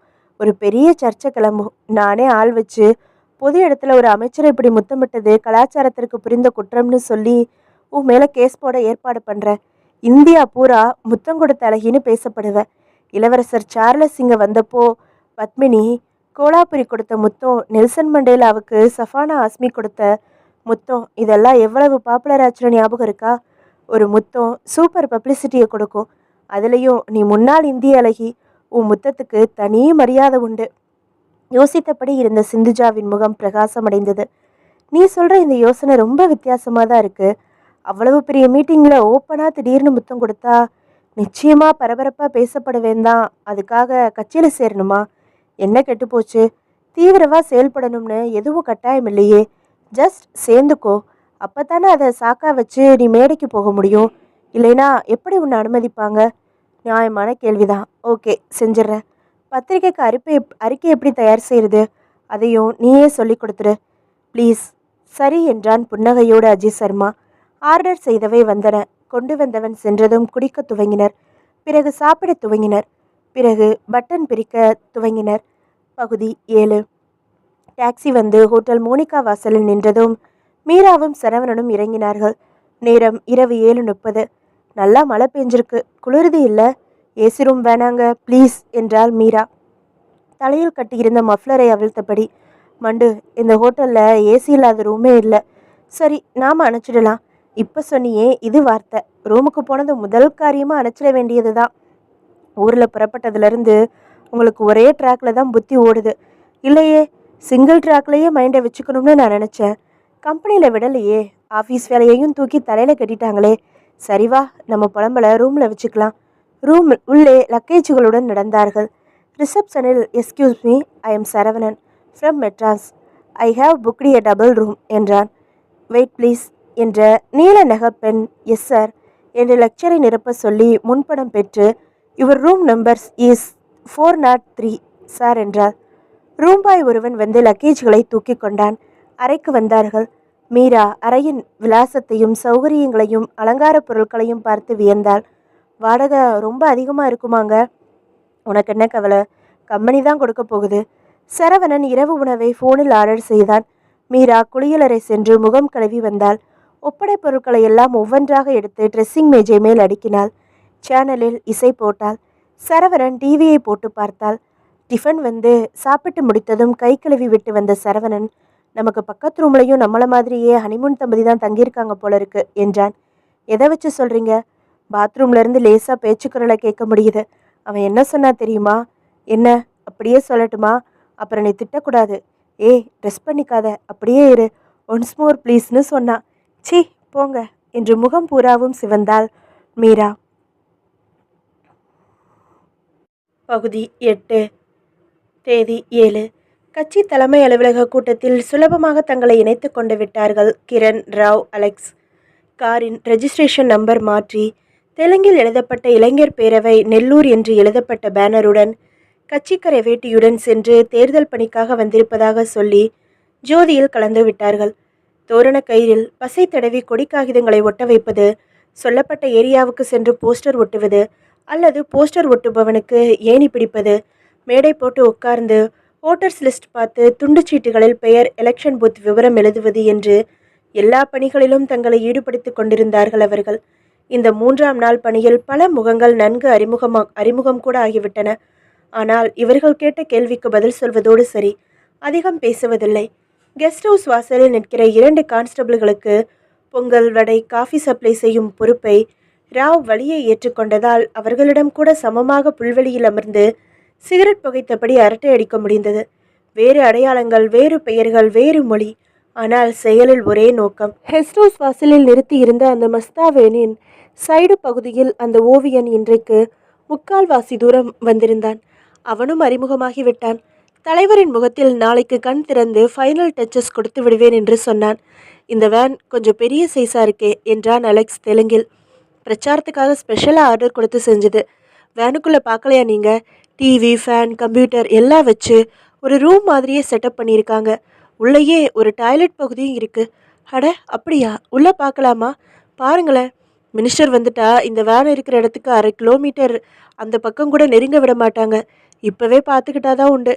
கிரண், ராவ், அலெக்ஸ் மூவரும் அந்த வேனுக்குள் நுழைந்து பார்த்து பிரமித்தார்கள். கீழே கார்பெட் விரித்து அழகான நாற்காலி, சோஃபா, படுக்கை, மேஜை, டிவி, ஃபோன் என்று சகலமும் இருந்தது. அந்த அறையோடு ஒட்டிய டாய்லெட் பகுதி, உள்ளே வெஸ்டர்ன் டைப் சிட்டிங் லெட்டின். அந்த அறை பகுதியை விட்டால் முன்புறம் டிரைவன் கேபின் தனியாக இருந்தது. அந்த கேபினில் டிரைவர் சீட், அருகில் 2 சீட்ஸ் என்று இருக்கைகள். டிரைவர் கேபினுக்கும் இந்த அறைக்கும் நடுவில் ஒரே ஒரு சதுர கண்ணாடி சதுரம். அதன் வழியாக இந்த அறையிலிருந்து டிரைவர் கேபினை பார்க்கலாம். ஆனால் டிரைவர் கேபினிலிருந்து அறைக்கு பார்க்க முடியாது. அப்படி கிரைண்ட் செய்யப்பட்ட கண்ணாடி. வேனை விட்டு கீழே இறங்கினார்கள். அலெக்ஸின் முகம் தீவிர சிந்தனையில் இருந்தது. பையன் ஒருவன் வந்து எல்லோருக்கும் கொடுப்பது போல் அவர்களுக்கும் டீ கொடுத்து விட்டு போனான். ராவ், அந்த போலீஸ்காரங்க கிட்ட நீ தான் அதிகமாக பழகியிருக்க. நான் கேட்குற சில கேள்விகளை அரட்டைக்கு நடுவில் கேட்டு பதில் தெரிஞ்சுக்கிட்டு வந்துடு சொல்கிறேன். என்ன கேள்விகள்? அலெக்ஸ் சொன்னான். ராவ் விலகினான். இவர்கள் இருவரும் மோட்டர்ஸ் லிஸ்ட் வைத்து கொண்டு மாதிரி சீட்டு எழுதி கொண்டிருக்கையில் 1 மணி நேரம் கழித்து ராவ் வந்து அருகில் அமர்ந்து, நீ கேட்ட கேள்விகளுக்கு பதில்கள் இருக்கு இப்போ என்றான் சின்ன குரலில். ஹோட்டலுக்கு போயிடலாம், எனக்கு ஒரு அட்டகாசமான யோசனை உருவாகி இருக்கு என்றான் அலெக்ஸ். பகுதி 9. மாலை செய்தித்தாளில் பிரபல இந்திய அழகி சிந்துஜா அகில இந்திய தேசிய கட்சியில் சேர்ந்தார். சில வருடங்களுக்கு முன்பாக இந்திய அழகியாக தேர்ந்தெடுக்கப்பட்டவர். ஆந்திரா மாநிலத்தின் கரீம் நகரைச் சேர்ந்த சிந்துஜா. இவர் மாடலிங் துறையில் பணிபுரிந்து வருகிறார். ஹைதராபாத்தில் வசித்து வரும் இவர் விட்டுள்ள ஒரு அறிக்கையில் தான் தேசிய கட்சியில் இணைந்து மக்களுக்கு தன்னால் என்ற தொண்டு பணிகளை மேற்கொள்ளப் போவதாகவும், பிரபலமாக உள்ள எவரும் தனது பிரபலத்தை பொதுமக்களின் பல நலன்களுக்காக பயன்படுத்திக் கொள்வது நல்லதென்றும் குறிப்பிட்டுள்ளார். தேர்தலில் நிற்கப் போவதில்லை என்றும் பிரச்சார பணியில் முழுமையாக ஈடுபடுத்திக் கொள்ளப் போவதாகவும் தெரிவித்துள்ள இவர், வருகிற 10ஆம் தேதி விசாகப்பட்டினத்தில் மத்திய அமைச்சர் தேவ்நந்தன் மிஸ்ரா தலைமையில் நடக்கும் சிறப்பான பொதுக்கூட்டத்தில் அவருக்கு கதராடை அணிவித்து கட்சியில் அமைச்சரின் ஆசியோடு இணைந்து முதல் முறையாக அந்த கூட்டத்தில் பேசவும் போவதாக குறிப்பிட்டுள்ளார். இவர் இன்று காலை தேசிய கட்சியின் ஆந்திர மாநில தலைவர் அருமைதாஸை சந்தித்து பூச்செண்டு கொடுத்து தன் விருப்பத்தை தெரிவித்த போது அவர் மகிழ்வோடு வரவேற்று உபசரித்து, உங்களை போல இளைய சமுதாயம் பொறுப்போடு கடமையாற்ற நமது கட்சியில இணைந்து செயல்பட வேண்டும் என்று அவர் குறிப்பிட்டுள்ளார். செய்தி முழுவதையும் படித்து முடித்த லாயர் சத்யஜித் புன்னகையோடு நிமிர்ந்தார். எதிர் நாற்காலில் அமர்ந்திருந்த அஜய் சர்மா தன் தாடியை கொஞ்சம் பீத்து கன்னத்தில் சொரிந்து கொண்டு மறுபடியும் ஒட்டிக்கொண்டான். அட்டகாசம் அஜய், நீ சொல்ற பேச்ச அப்படியே தேவவாக்கா கேட்டு நடந்துகிட்டு இருக்காளே இந்த பொண்ணு என்றார். நீங்க சொல்லி கொடுத்த மாதிரியே சினிமா ஆசை காட்டினேன். அவளோட எதிர்காலத்தை பற்றி ரொம்பவும் அக்கறை எடுத்துக்கிறவனாட்டம் காமிச்சுக்கிட்டேன். அவளுக்கு முன்னாடியே அவளோட ஃபோட்டோஸை மெட்ராஸ்க்கு அனுப்பிச்சு ஃபோனும் பேசினேன். நம்பிட்டா. ஸ்டெப் நம்பர் 1 அறிக்கை விடுறது விட்டாச்சு. விசாகப்பட்டினம் பொதுக்கூட்டத்தில் அமைச்சருக்கு அவள் கதராட போத்தி மைக்கில் பேசுகிறதுக்கு பர்மிஷன் வாங்குறது ஸ்டெப் நம்பர் 2. அதுவும் ஆயிடுச்சு. நீ சொன்னபடி அவள் கரெக்டாக மினிஸ்டருக்கு முத்தம் கொடுத்துருவாளா அஜய்? கண்டிப்பாக, அதான ஹைலைட். அதுக்காக தானே இவ்வளவு அஸ்திவார வேலைகளும். பப்ளிசிட்டி கிடைக்கும்னு நான் சொன்னதும் அவளுக்கு உடனே இந்த ஐடியா முழுக்க பிடிச்சு போச்சு. ஆர்வமாக ஒத்துழைக்க ஆரம்பிச்சிட்டா. பப்ளிசிட்டி தானே? சிரித்தார். கிடைக்கும், நிச்சயம் கிடைக்கும். எக்கச்சக்கமாக உலகளவுக்கு கிடைக்கும். என்ன ஒன்று, தனக்கு கிடைச்சிருக்கிற பப்ளிசிட்டியை அவள் மனுஷ ரூபத்தில் இருந்து பார்த்து தெரிஞ்சுக்க முடியாது. செத்தும் கொடுக்குற யானை மாதிரி சார் அவ. எனக்கு 10 லட்சம் கொடுக்க போறா. உங்களுக்கு எவ்வளவோ எனக்கு தெரியல. அஜய், இப்போ அடுத்த ஸ்டெப் என்னன்னு சொல்லட்டுமா என்ற சத்யஜித் எழுந்து சென்று பீரோவை திறந்து ஒரு அட்டை பெட்டியை எடுத்து வந்தார். திறந்தார். உள்ளே ஒரு மிடி டாப்ஸும் ஸ்கர்ட்டுமாக 2 பீஸ் உடை இருந்தது. மேலே மஞ்சள், கீழே சிவப்பு, நடுவில் கருப்பு பட்டை. விசாகப்பட்டினம் மீட்டிங்கில் சிந்துஜா போட்டுக்க வேண்டியது இந்த ட்ரெஸ் தான் என்றார். அந்த ஸ்கர்ட்டில் ஏராளமான பிரில்கள் வைத்து சுருக்கமாக தைக்கப்பட்டிருந்தது. இந்த ட்ரெஸ் அவள் போட்டுக்கிற மாதிரி எப்படி செய்ய போகிற Ajay? Leave it to me, நான் பார்த்துக்கிறேன் என்று அந்த அட்டை பெட்டியை மூடி எடுத்துக்கொண்டு எழுந்தான் அஜய் சர்மா. பகுதி 10. சொல்லு அலெக்ஸ், என்ன உன்னோட பிளான் என்றான் கிரண். இடம் ஹோட்டல் மோனிகாவில் அவர்களின் அறை. முதல்ல ராவ் கிட்ட கேட்க சொன்ன தகவல்களை தெரிஞ்சுக்கிறேன். அந்த வேன் புல்லட் ப்ரூஃப் மெட்டலில் செய்யப்பட்டது தான் அலெக்ஸ். அதில் மினிஸ்டர் மட்டும்தான் பயணம் செய்வார். முன்பக்கம் பாதுகாப்பு படை ஆஃபீஸர்ஸில் ஒருத்தன் உட்காந்துருப்பான். அவனுக்கு பக்கத்தில் மினிஸ்டரோட செக்ரட்டரி உட்காந்துருப்பார். கேபின் நடுவில் இருக்கிற கண்ணாடி சதுரத்தை திறக்க முடியும். ஏதாச்சும் பேசணும்னா மினிஸ்டர் அதை திறந்து பேசிட்டு மூடிடுவார். அந்த வேனுக்கு முன்னாடியும் பின்னாடியும் 2 ஓப்பன் ஜீப்ஸ், ஒவ்வொன்றிலையும் 3 பேர் மெஷின் கண்ணோடு வருவாங்க. வேனுக்கு 2 சைட்லேயும் 2 அம்பாசிடர் கார் பேரலில் வந்துக்கிட்டே இருக்கும் எப்பவும். போதுமா தகவல்கள் என்றான் ராவ். எக்கச்சக்கம். இப்போ என் பிளானை சொல்கிறேன். இந்த 3 நாளில் கண்காணிச்சதில் அந்த 2 போலீஸ்காரனும் கெஸ்ட் ஹவுஸை விட்டு ராத்திரி 10:30 மணிக்கு முன்னாடி முன்பக்கம் கட்சி வேலைகள் நடக்கிற ஷெட்டுக்கு வந்து அரட்டை அடிச்சுட்டு 12 மணிக்கு மேலே தான் திரும்பி போகிறாங்க. கெஸ்ட் ஹவுஸில் யாருமே இல்லைங்கிறதால இந்த அலட்சியம் அவங்களுக்கு தப்பாக படலை. ஆனால் அதுதான் நமக்கு சௌகரியம். இப்போது வேனில் படம் வரைகிற ஆர்டிஸ்ட் 10 மணிக்கு மேலே வேலை பார்க்குறதில்ல, கண்ணு எரியுதுன்னு போயிடுறான். ஸோ 10 மணிக்கு மேலே 12 மணி வரைக்கும் 2 மணி நேரம் அந்த ஸ்பெஷல் வேன் அனாதையாக நிற்கிது. அதனால் என்ன, லட்டு மாதிரி அந்த டயத்தை சாப்பிட போகிறோம் நாம். நமக்கு கேஸ் கட்டர், மெட்டல் தகடு, போல்ட் இதெல்லாம் வேணும். எதுக்கு? அந்த வேனில் உள்பக்கம் மினிஸ்டர் பயணம் செய்கிற ரூம் பகுதி இருக்குது இல்லையா, அங்கே ஒரு ஆள் நுழையிற மாதிரி சதுரமாக ஃப்ளோர் மெட்டல் கேஸ் கட்டரால் வெட்டி எடுத்துட்டு அதே சதுர துண்டை பட்டை தகடு சப்போர்ட் கொடுத்து வேனோட அடிப்பாகத்திலிருந்து போல்டு போட்டுடணும். அதாவது என்று ஒரு பேப்பர் பேனா எடுத்து வரைந்து காட்டினான். இப்படியாக, இதோ பார்த்தீங்களா, இந்த மாதிரி கொடுத்துட்டா 2 போல்டு சப்போர்ட்டில் அந்த துண்டான சதுரம் பொருந்தி இருக்கும். மேலே ரிச் கார்பெட் போட்டிருக்கிறதால இந்த செட்டப் யாருக்கும் தெரியாது. வேனை சோதனை செஞ்சு பார்க்குறப்போ வெடிகுண்டு இருக்கான்னு தான் பார்க்கும் போலீஸ். வேனுக்கடியில் படுத்து பார்த்தாலோ இல்லை கார்பெட்டை தூக்கி பார்த்தாலோ இந்த விசேஷ செட்டப்பை கண்டுபிடிக்க முடியும். நார்மலாக அப்படி பார்க்க மாட்டாங்க. சரி, மேலே சொல்லு. மினிஸ்டருக்கு ஒரு வியாதி இருக்குது. அந்த தகவலை நேற்று பேப்பரில் படித்ததும் இந்த வேனை பார்த்ததும் தான் இந்த ஐடியாவே எனக்கு வந்துச்சு. அவருக்கு என்ன வியாதி? டயபெட்டிஸ், சக்கரை வியாதி. இவர் 1/2 மணி நேரத்துக்கு ஒரு தடவை பாத்ரூம் போய் யூரின் பாஸ் பண்ணியே ஆகணுமா. இப்போ 15 நாளைக்கு முன்னாடி டெல்லியில் ஒரு விளையாட்டு போட்டியை துவக்கி வச்சப்போ மேடையில் 4 மணி நேரம் இருந்தாராம். அந்த 4 மணி நேரத்தில் மேடைக்கு பின்பக்கம் இவருக்காகவே ஸ்பெஷலாக கட்டின பாத்ரூமுக்கு 8 தடவை போயிட்டு வந்தாராம். அதனால தான் இவர் பிரச்சாரம் பண்ண வர்றதுக்கு சௌகரியத்துக்காக பாத்ரூம் செட்டப்போட இந்த வேனை டிசைன் பண்ணி தயாரிச்சிருக்காங்க. Very good. இப்போ உன் பிளான் எனக்கு புரியுது, நீயே சொல்லிடு. வேனில் நான் சொன்ன மாதிரி செட்டப் செஞ்சு வச்சுட்டா அவர் கடத்துறது ரொம்ப ரொம்ப சுலபம். விசாகப்பட்டினம் பொதுக்கூட்டத்தில் மினிஸ்டர் இருக்க போகிறது 3 மணி நேரம். பொதுக்கூட்டத்தில் போய் சேர்ற வரைக்கும் ஏகப்பட்ட பாதுகாப்பு இருக்கும். அவர் மேடைக்கு ஏறினதும் பாதுகாப்பு படையும் மேடை ஏறிடும். எல்லாரோட கவனமும் பொதுமக்கள் பக்கமும் மேடை பக்கமும் தான் இருக்கும். அவர் பயணம் செஞ்ச வேனை மேடைக்கு பின்பக்கம் நிறுத்தியிருப்பாங்க.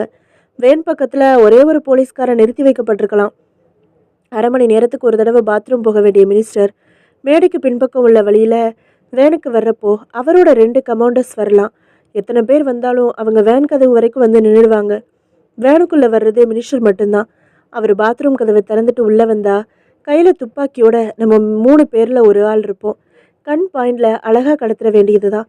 மினிஸ்டர் மேடையில் இருக்கிறப்போ வேனுக்கடியில் நுழைஞ்சு போல்டை கழட்டி உள்ளே நுழைஞ்சு காத்திருக்கிற வேலையை மட்டும் சிக்கல் இல்லாமல் செஞ்சுட்டா இந்த பிளான் கிராண்ட் சக்சஸ் என்றான் கிரண். இதையே இன்னொரு பாணியிலையும் செய்யலாம் என்றான் ராவ். எப்படி? மினிஸ்டரை கண் பாயில மிரட்டி அவரோட அடையாளங்களை மாற்றி சதுர திறப்பு வழியாக அவரை நுழைய சொல்லி வேன் அடுப்பகுதியில் போலீஸ் நிற்கிறதுக்கு எதிர்ப்பகுதியில் உருண்டு வெளியேற சொல்லி நடத்தி அழைச்சிட்டு போனால் வெளியில் காவலுக்கு நிற்கிறவங்க அமைச்சர் டாய்லெட்டில் இருக்காரு நம்பி வெயிட் பண்ணிகிட்டே இருப்பாங்க. அவங்களுக்கும் சந்தேகம் ஏற்பட்டு உள்ளே நுழைஞ்சு பார்க்குறப்போ நம்ம ரொம்ப தூரம் தள்ளி வந்துடலாம். இதுவும் சூப்பரான ஐடியா தான் என்று அலெக்ஸ். ரைட், இப்போ முதல் கட்டம் அந்த வேனில் கேஸ் கட்டர் வச்சு வெட்டி சதுர திறப்பு ஏற்படுத்துகிற வேலை தான். அதுக்கான உபகரணங்களை திரட்டுறது தான் நாளைக்கு பகலில் நமக்கு வேலை என்றான். அஜய் சர்மா டெலிஃபோன் எடுத்து மடியில் வைத்து கொண்டான். எண்களை ஒற்றினான். டீப்பாய் மேலிருந்து அந்த மிடி உடையடங்கிய அட்டை பெட்டியை ஒரு பார்வை பார்த்து கொண்டான். எதிர்முனை எடுக்கப்பட்டு ஹலோ என்றாள் சிந்துஜா. ஹாய், நான் தான். நீ கொடுத்த யோசனை சூப்பர். பேப்பரில் என் அறிக்கை வந்ததுலேருந்து எனக்கு எத்தனை ஃபோன் கால்ஸ் தெரியுமா? எல்லாரும் என் முடிவுக்காக பாராட்டுறாங்க. நிஜமாவே அரசியலில் இறங்கிடலாமான்னு கூட தோணுது. உளராத, நம்ம நோக்கம் அது இல்லை. அப்புறம் மெட்ராஸ்லேருந்து என் ஃப்ரெண்டு ஃபோன் பண்ணான் சிந்துஜா. என்ன சொன்னார்? அவன் இன்னைக்கு புறப்பட்டு பாம்பே போகிறானா, 4-5 நாள் கழித்து திரும்புவானா. அதுக்கப்புறம் உன்னை கூட்டிகிட்டு வர சொன்னான். நேரில் ஒரு தடவை பார்த்துட்டு ஓகே பண்ணிடுறேன்னு சொன்னான். வாவ், ஐயோ, எனக்கு எவ்வளவு சந்தோஷமாக இருக்குது தெரியுமா. அப்புறம் ஒரு விஷயம், விசாகப்பட்டினம் பொதுக்கூட்டத்தில் கலந்துக்கிறப்போ என்ன ட்ரெஸ் போட போகிற? கட்சிக்கரை போட்ட புடவையை கட்டி கொண்டை போட்டுக்கிட்டு போகலாம்னு நினச்சிருக்கேன். கண்ணாடி மாட்டி தலையில் வெள்ளி பெயிண்ட் அடித்து கிளவி மாதிரி போகிறது தானே மண்டு. ஒரு கிளாமரஸ் இமேஜுள்ள நீ பரபரப்பாக பேசப்பட போகிற, முத்தத்தை கொடுக்க போகிற. அதுக்கு தகுந்த மாதிரி அட்ராக்டிவாக ட்ரெஸ் பண்ண வேணாமா? இன்றைக்கி காலையிலேருந்து பல கடைகளில் ஏறி இறங்கி 1000 சொச்சத்துக்கு உனக்காக ஒரு பியூட்டிஃபுல் 2 பீஸ் மிடி வாங்கி வச்சுருக்கேன். Lemon yellow tops, blood red skirt, நடுவில் கருப்பு பட்டை ஒன்று பெல்ட் மாதிரி வருது. கலர்ஸ் கண்ணை பறிக்குது. மேடையில் இந்த ட்ரெஸ் போட்டுக்கிட்டு நீ இருந்தா கூட்டத்தில் இருக்கிற அத்தனை பேரும் உன்னை தான் பார்ப்பாங்க. நமக்கு அதுதான் வேணும். எப்பா, எப்படியெல்லாம் யோசிக்கிற நீ? எனக்கு அவ்வளவு தூரம் பத்தாதுப்பா. நீ சொன்னதை கேட்டதும் அந்த ட்ரெஸ்ஸை உடனே பார்க்கணும் மாதிரி இருக்கு. மணி இப்போ நாளாகுது. குளிச்சுட்டு ரெடியாகி புறப்பட்டு வர்றேன். 5:30க்குள்ளே வந்துடுறேன். அந்த ட்ரெஸ்ஸோட வர்றேன். இதைத்தான் நீ ஃபங்க்ஷனில் போட்டுக்கிற. ஓகே? நீ சொல்லிட்டா டபுள் ஓகே தான் என்றாள் சிந்துஜா. ரிசீவரை வைத்துவிட்டு விசிலடித்தபடி குளியல் அறைக்குள் நுழைந்தான் அஜய் சர்மா. அந்த ஹோட்டலின் கிரவுண்ட் ஃப்ளோரில் இருந்த பியூட்டி பார்லரில் புருவங்களை திரித்து கொண்ட மீரா புத்தக கடையின் ராக்குகளில் வரிசையாக வைக்கப்பட்டிருந்த புத்தகங்களை மேய்ந்தாள். திடீரென்று நேரம் பார்த்து கொண்டவள் திடுக்கிட்டாள். மணி 4. சரவண 4 மணிக்கு வந்து வெளியே அழைச்சிட்டு போகிறதா சொல்லிட்டு போயிருந்தான். அவர் வர்றதுக்குள்ளே உடைய மாற்றி ஒப்பனை செஞ்சு தயாராக இருக்கணும். வாங்கிய 2 புத்தகங்களுக்கு பில் போட்டு பணம் கொடுத்து விட்டு லிஃப்டில் மாடிக்கு விரைந்து அவசரமாக வராந்தாவில் நடந்தாள். அறையை சமீபித்து சாவி போட்டு திறக்க முயல பூட்டு திறக்க முடியவில்லை. ஆனால் கைப்பிடியை அழுத்திய போது கதவு திறந்து கொண்டது. ச்ச, என்ன இது? கதவு பூட்டாமலேயே சாவியை மட்டும் எடுத்துக்கிட்டு 2 மணி நேரமாக வெளியே இருந்திருக்கேன். உள்ளே வந்தாள். குளியல் அறையில் விசில் சத்தம் கேட்டது. வந்துட்டாரா? திரும்பி அவள் கண்களில் கட்டில் மேல் இருந்த அந்த அழகான அட்டை பெட்டி பட்டது. திறந்து பார்த்தாள். உள்ளே அழகான 2 பீஸ் மிடி. அட, இன்னைக்கு என்ன தேதி? 8. என் பிறந்தநாள் இல்லை இன்னைக்கு. நான் மறந்தே போயிட்டேன். அவருக்கு நினைவு வந்து சர்ப்ரைஸாக பரிசளிக்க வாங்கிட்டு வந்திருக்காரு போல இருக்கு. அவருக்கு ஒரு இன்ப அதிர்ச்சி கொடுக்குற விதமாக அவர் குளிச்சுட்டு வெளியே வரும்போது இந்த உடையை மாட்டிக்கிட்டு அவர் முன்னால் நின்னா எப்படி இருக்கும்? மீரா உடனே அந்த புதிய உடையோடு அறையின் முன்பகுதிக்கு வந்து அவசரமாக புடவையை உருவி போட்டுவிட்டு அதை அணிந்து கொண்டாள். உள்ளே மீண்டும் அறைக்குள் வந்தபோதுதான் அறையில் இருந்த பொருள்களில் பல மாற்றங்கள் அவளுக்கு உரைத்தன. ட்ரெஸ்ஸிங் டேபிளில் எனது மேக்கப் சாமான்கள் எங்க? ஹேங்கரில் மாட்டி தொங்க விட்டிருந்த என்னோட புடவை எங்க? நாற்காலியில் கிடக்கிற பூ போட்ட லுங்கி சரவனுடையது இல்லையே. அவசரத்தில் அறை மாற்றி வந்துட்டேனா? வேகமாக அறைக்கு வெளியே வந்து கதவில் எண் பார்த்தாள். 404 என்று இருந்தது. அட கன்றாவியே, என் அறை 403 இல்லை. இது யாரோட அறை? உள்ளே குளிச்சுக்கிட்டு இருக்கிறது யாரு? இப்போ என்ன செய்யறது? பாத்ரூமில் தண்ணீர் சத்தமும் விசில் சத்தமும் இன்னும் தொடர்ந்து கொண்டிருக்க பரபரவென்று முன்போலவே மிடிவுடையை கலற்றி அவசரமாக புடவையை சுற்றி கொண்டாள். அந்த உடையை அவளது அவசர விரல்கள் படபடப்பாக மடித்தன. கட்டில் மேல் இருந்த அந்த அட்டை பெட்டிக்குள் எடுத்ததைப் போலவே திருப்பி வைத்துவிட்டு வேகமாக வெளியே வந்து கதவை ஓசைப்படாமல் மூடி தன் அறையின் கதவை சாவி போட்டு திறந்து உள்ளே வந்து சேர்ந்த பிறகும் அவள் இதயம் பெரிய சத்தத்துடன் துடித்து கொண்டிருந்தது. ச்சே, எவ்வளவு பெரிய முட்டாள்தனம்! கவனிக்காமல் நுழைஞ்சிட்டு அந்த யாருக்காகவோ வாங்கி வச்சிருந்த உடையை எடுத்து போட்டுக்கிட்டு, நல்ல வேளை அவன் குளிச்சுட்டு வெளியே இன்னும் வரவே இல்லை. வந்திருந்தா மகா கேவலமாயிருக்கும். என்ன சொல்லி சமாளிக்கிறது? அரை மாற்றி வந்துட்டேன்னு சொன்னால் நம்புவானா? பெரிய கலாட்டாவாகி அவமானப்பட்டிருக்கணும். அழைப்பு மணி ஒலித்த போது ஒருவேளை பக்கத்தரைக்காரனா இருக்குமோ என்கிற பரிதவிப்புடன் போய் திறந்தாள். கையில் மல்லிகை பூவுடன் ஜவுளிக்கடை கவர் ஒன்று சிரித்தபடி உள்ளே வந்தான் சரவணன். அவளை அப்படியே அள்ளி அணைத்து முத்தமிட்டு, காலையிலேயே சொல்லியிருக்கணும், many more happy returns of the day Meera என்றான். அவனை விலக்கி அவளுக்காக வாங்கி வந்திருந்த புடவையை காட்டினான். ஆமா, ஏன் இப்படி வேத்திருக்கு உனக்கு? அது ஒரு பெரிய கதை என்றாள். கணவன் வந்துவிட்ட தைரியத்தில் பதட்டம் விலகி நடந்த சம்பவத்தை சிரித்தபடி சொல்லி முடித்தாள். நல்ல வேளை, உள்ள குளிக்கிறது நம்ம புருஷன் தானேன்னு நேராக பாத்ரூம் கதவை திறந்துக்கிட்டு உள்ளே போகாமல் இருந்தியே என்று சிரித்தான் சரவணன். 8ஆம் தேதி இரவு மணி 11. கட்சி தலைமை அலுவலகத்தில் வழக்கமான பரபரப்பு. மறுநாள் வருகை புரியும் மத்திய அமைச்சர் தேவ்நந்தன் மிஸ்ராவை வரவேற்கும் பேனர்கள் எழுதப்பட்டி கொண்டிருந்தன.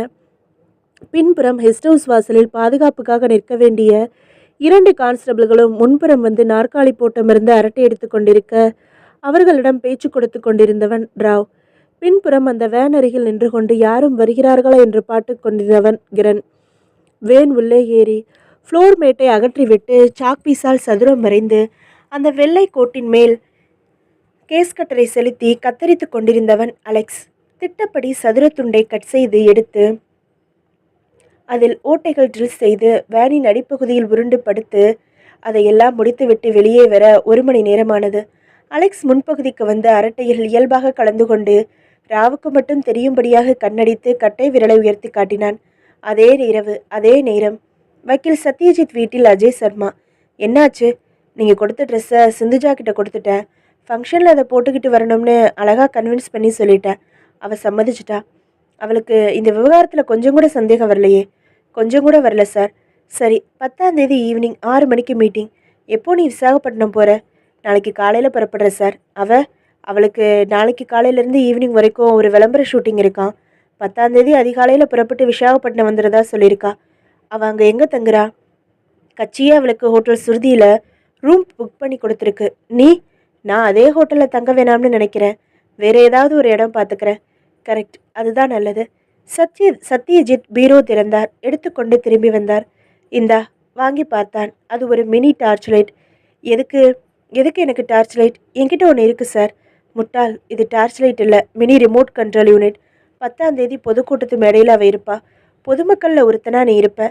திட்டப்படி அவள் மினிஸ்டருக்கு கதராடை போட்டுட்டு முத்தம் கொடுத்ததும் அத்தனை பேரும் அதிர்ச்சியில் உறைஞ்சு போயிருப்பாங்க.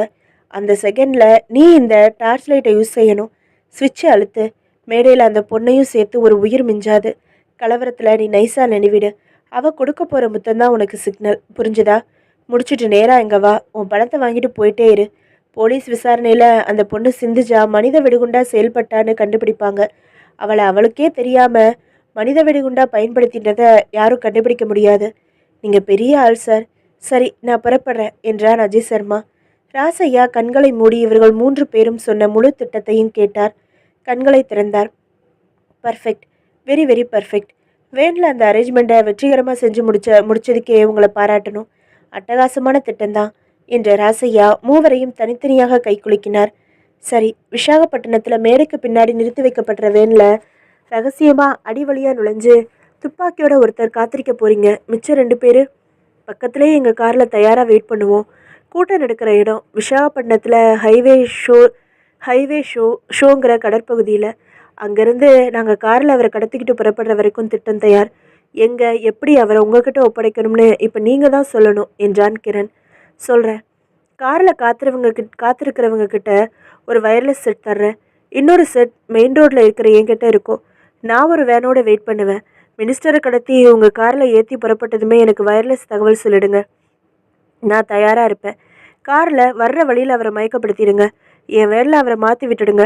பக்கத்தில் 5வது கிலோமீட்டரில் ஒரு முந்திரி தோப்பு இருக்குது. அந்த தோப்புக்குள்ளே ஒரு ஹெலிகாப்டர் தயாராக நிற்கும். நான் பல இடங்களுக்கு போக்கு காட்டிட்டு அங்கே கொண்டு போய் ஒப்படைச்சிடுவேன். அங்கே உள்ள பார்ட்டி மினிஸ்டரை ஹெலிகாப்டர் மூலமாக எங்கேயோ கொண்டு போயிருப்பாங்க. அது யாருன்னு கேட்டால் நீங்களும் சொல்ல மாட்டீங்க. எங்களுக்கும் அவசியம் இல்லை. ஆனால் வேனில் மினிஸ்டரை நாங்கள் மாற்றி விடுறப்போ எங்கள் பேலன்ஸ் பணத்தை நீங்கள் கொடுத்துடணும். சரியா என்றான் கிரண். ஓகே என்றார் ராசையா. மேற்கொண்டு தொடர்ந்து பேச துவங்கினார்கள். தேதி 9. ஹைதராபாத் விமான நிலையத்தில் திட்டப்படி மத்திய உள்துறை அமைச்சர் தேவ்நந்தன் மிஸ்ரா வந்திறங்கினார். அவரை மாநில தலைவர் அருமைதாஸ் விமான நிலையத்தில் தன் சகாக்களுடன் சென்று மாலை போட்டு நெஞ்சார அணைத்து வரவேற்றார். அவர் நடக்க நடக்க மலர் தூவினார்கள். வரிசையாக நின்று கொடியசைத்து வாழ்க கோஷம் போட்டார்கள். விமான நிலையத்திற்கு வெளியே அவர் வர அவரோடு இயந்திர துப்பாக்கி வீரர்கள் வளையம் அமைத்து நடந்தார்கள். காத்திருந்த மஸ்தா ஸ்பெஷல் வேனில் கதவு திறந்து விடப்பட உள்ளே அவர் ஏறிக்கொண்டார். முன்புறம் அவரின் செக்ரட்டரியும் ஒரு செக்ரட்டரி கமோண்டாவும் ஏறிக்கொள்ள மற்றவர்கள் அவர்களுக்காக ஒதுக்கப்பட்டிருந்த ஜீப்புகளில் கார்களில் ஏறிக்கொள்ள ஊர்வலமாக கவர்னர் மாளிகைக்கு விரைந்தார் அமைச்சர். தன் பயணத்திட்டப்படி கவர்னரை சந்தித்து உணவு முடிந்து ஹோட்டல் கான்ஃபரன்ஸ் ஹாலில் கட்சியின் செயற்குழு உறுப்பினர்களை சந்தித்து பேசிவிட்டு நிருபர்களை சந்தித்து பேட்டி தந்துவிட்டு கட்சியின் கெஸ்ட் ஹவுஸ்க்கு வந்து ஓய்வெடுக்க துவங்கினார் மினிஸ்டர் மிஸ்ரா. தேதி 10. விசாகப்பட்டினம். ஹார்பர் அருகில் இருந்த சீமா மேன்சன் என்னும் ஹோட்டலில் அறை எடுத்து தங்கியிருந்த அஜய் சர்மா இங்கும் அதே சிங் வேடத்தில் இருந்தான். 3வது மாடி அறையின் சிட் அவுட்டில் வெறும் மார்போடு நின்று கடற்கரை காற்றை உடம்பில் வாங்கி கொண்டிருந்தான். சின்ன பெரிய கப்பல்கள் நிறைந்த துறைமுக பகுதியை சிகரெட் பிடித்தபடி பார்த்தான். மாலை மீட்டிங் நடக்கப் போகிற ஹவ்வேவ் ஷேர் பகுதியை சென்று கூட்டத்திற்காக நடைபெறும் ஏற்பாடுகளை பார்த்து வரலாம் என்று தோன்றியது. அறைக்குள் வந்து உடையணிந்து ஷூ மாட்டினான். காரில் புறப்பட்டு வந்து சேர்ந்தான். மிக விசாலமாக மேடை போடப்பட்டிருந்தது.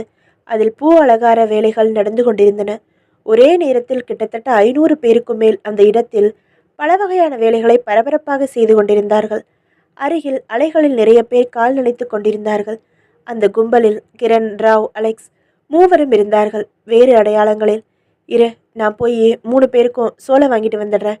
அலெக்ஸ் மணலில் அழுத்த நடந்தான். ஃபேண்ட் நனையாமல் இருக்க முழங்கால் வரை ஏற்றி விட்டிருந்தான்.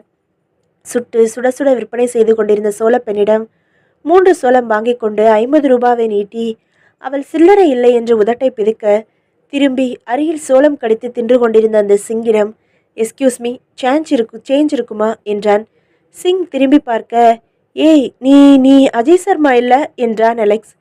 திடுக்கிட்ட அஜய் சர்மா தன்னைப் போலவே மீசை மலித்து காதில் குண்டலம் மாட்டி தலையை குதறி வேறு அடையாளத்தில் இருந்த அலெக்ஸை புரிந்து கொண்டதும் திருப்தியாகி, அட அலெக்ஸ், நீயா?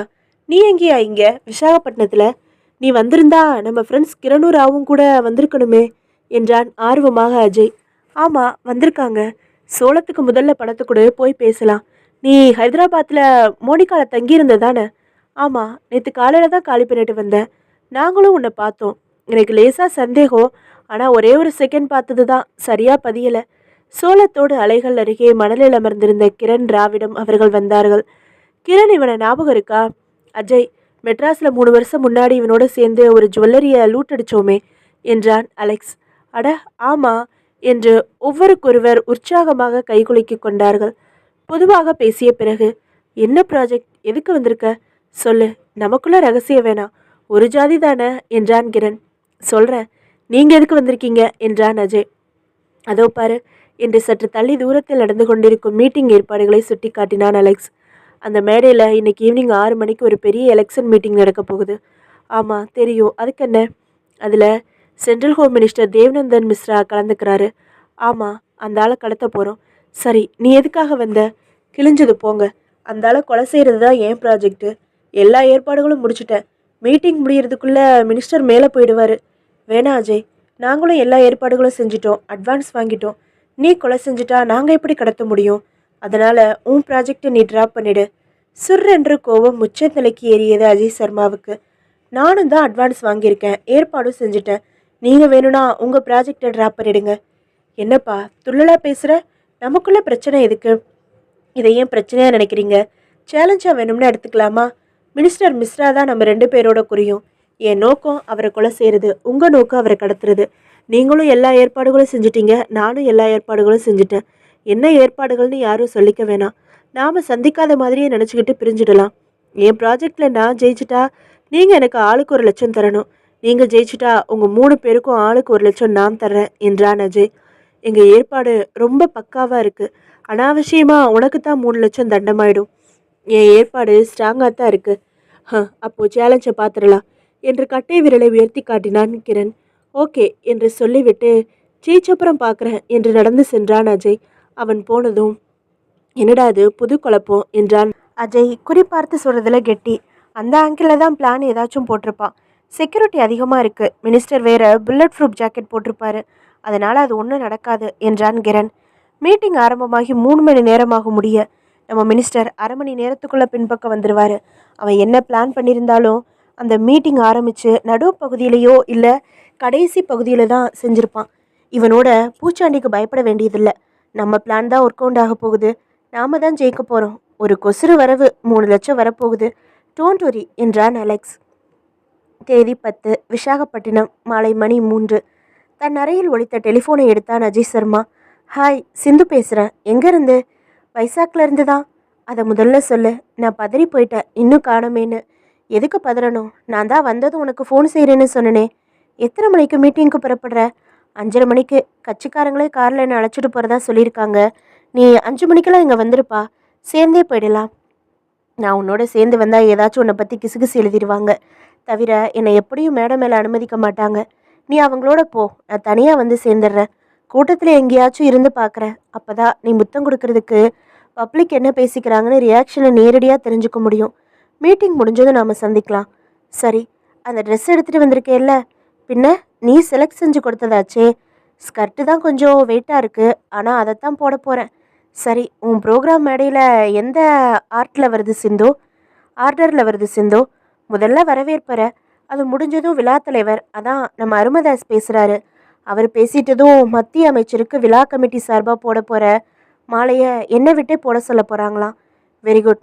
ஆக வரவேற்புற ஒரு 5 நிமிஷம், தலைவர் உற ஒரு 10 நிமிஷம், மொத்தம் 15 நிமிஷம் கழிச்சு நீ மாலை போட போகிற.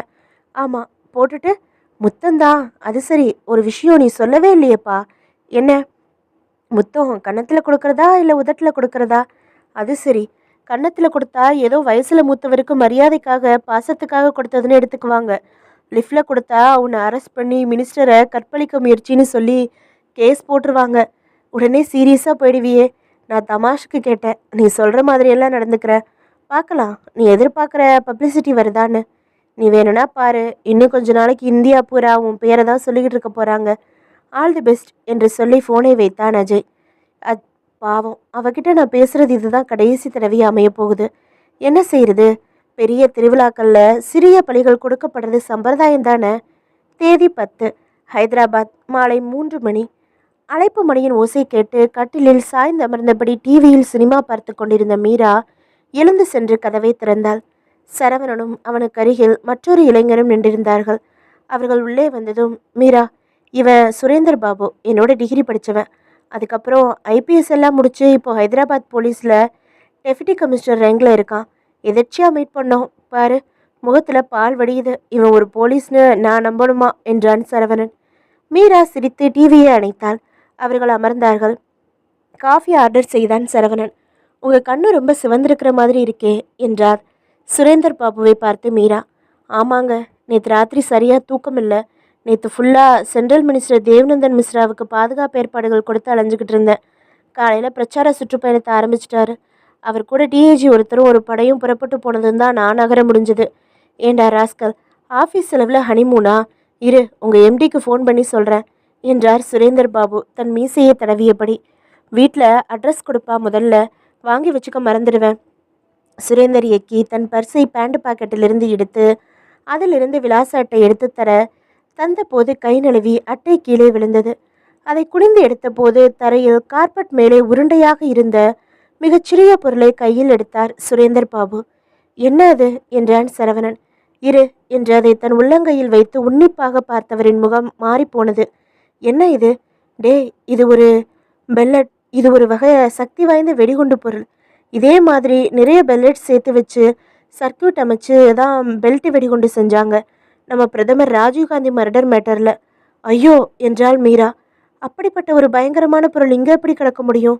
சுரேந்தர் பாபு அப்பொழுதுதான் அந்த பெல்லட்டை இன்னும் உன்னிப்பாக பார்த்து அத்துடன் ஒரு மிகச்சிறிய சிவப்பு நிற நூல் சிக்கியிருப்பதை பார்த்தார். சிவப்பு கலரில் ஏதோ ஒரு ட்ரெஸ்ஸை வச்சு தைக்கப்பட்ட அமைப்பிலிருந்து இது கலண்டு விழுந்திருக்குமோன்னு நினைக்கிறேன்.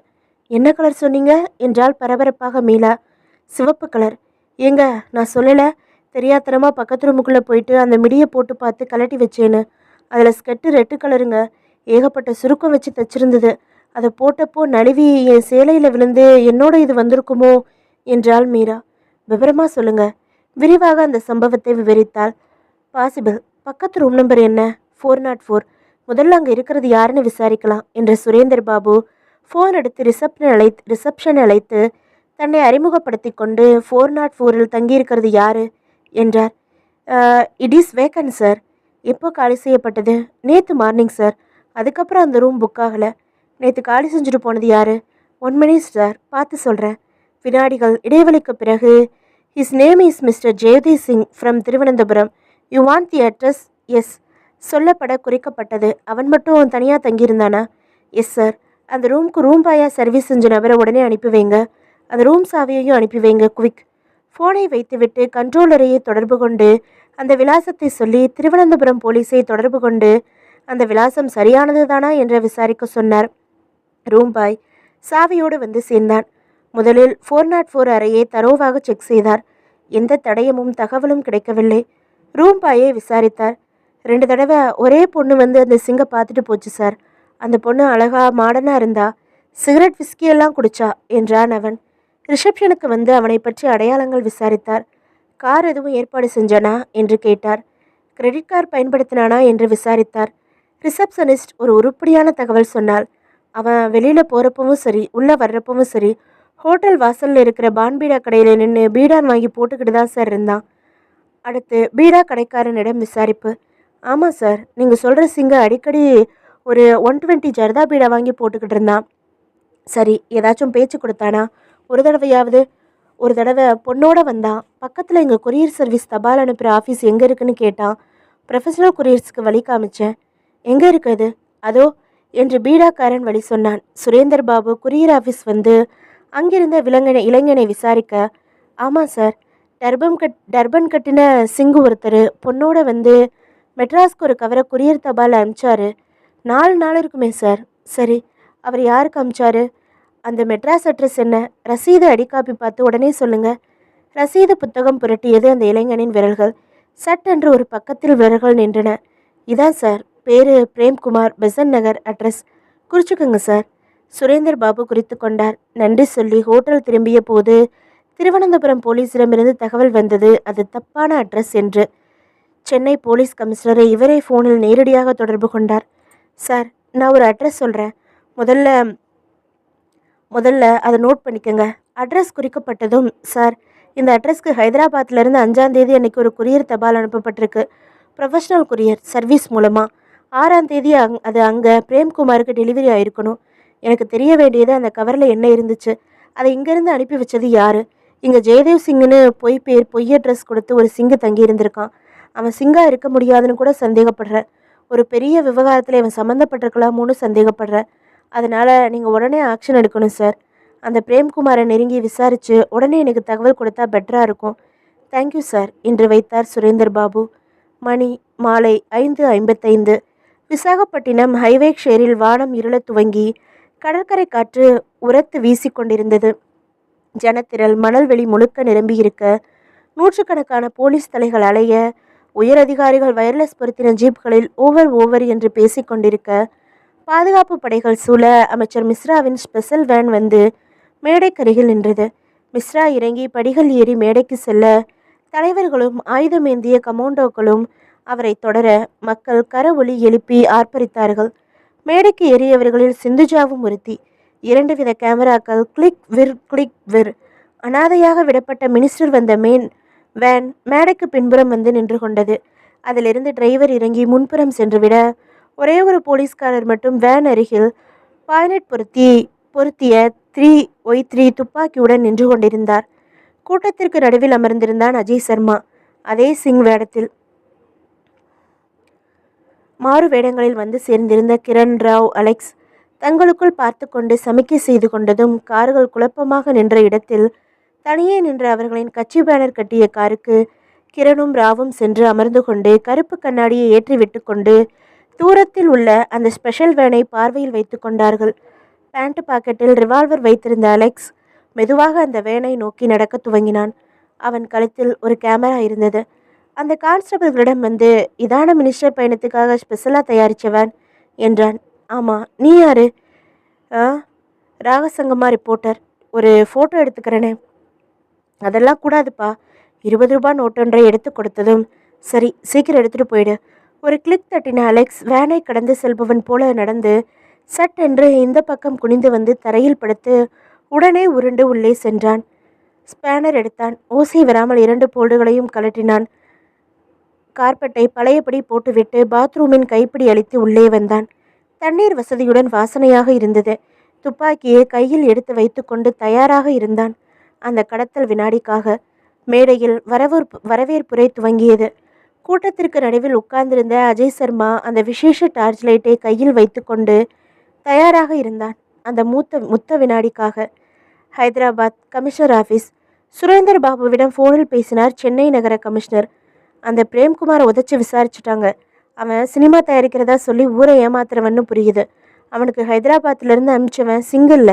அவன் பேர் அஜய் சர்மா. கிரிமினல். இங்கே நம்ம ரெக்கார்ட்ஸில் ஏற்கனவே வந்தவன். ஃபோட்டோ இருக்குது, ஃபேக்ஸ் பண்ணுறேன் உடனே. அப்புறம் அந்த கவரில் அவன் அனுப்புறதா வச்சுருந்தது சிந்துஜாங்கிற ஒரு பொண்ணோட விதவிதமான ஸ்டில்ஸ். அந்த ஃபோட்டோஸையும் ஃபேக்ஸ் பண்ணுறேன்.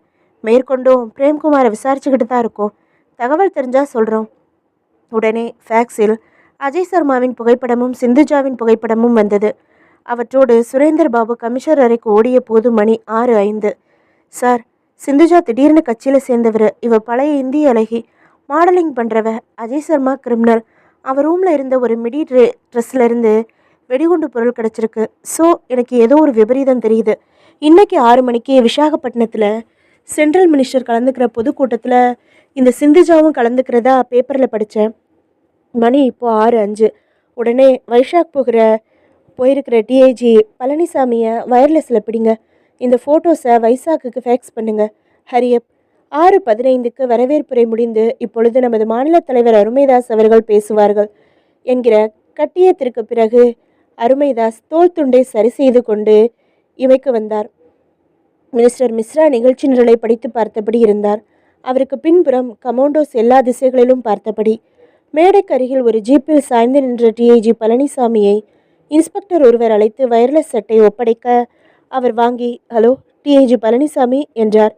Deputy commissioner from Hyderabad sir. அங்கே மேடையில் சிந்துஜா இருக்காங்களா? ஆமாம்.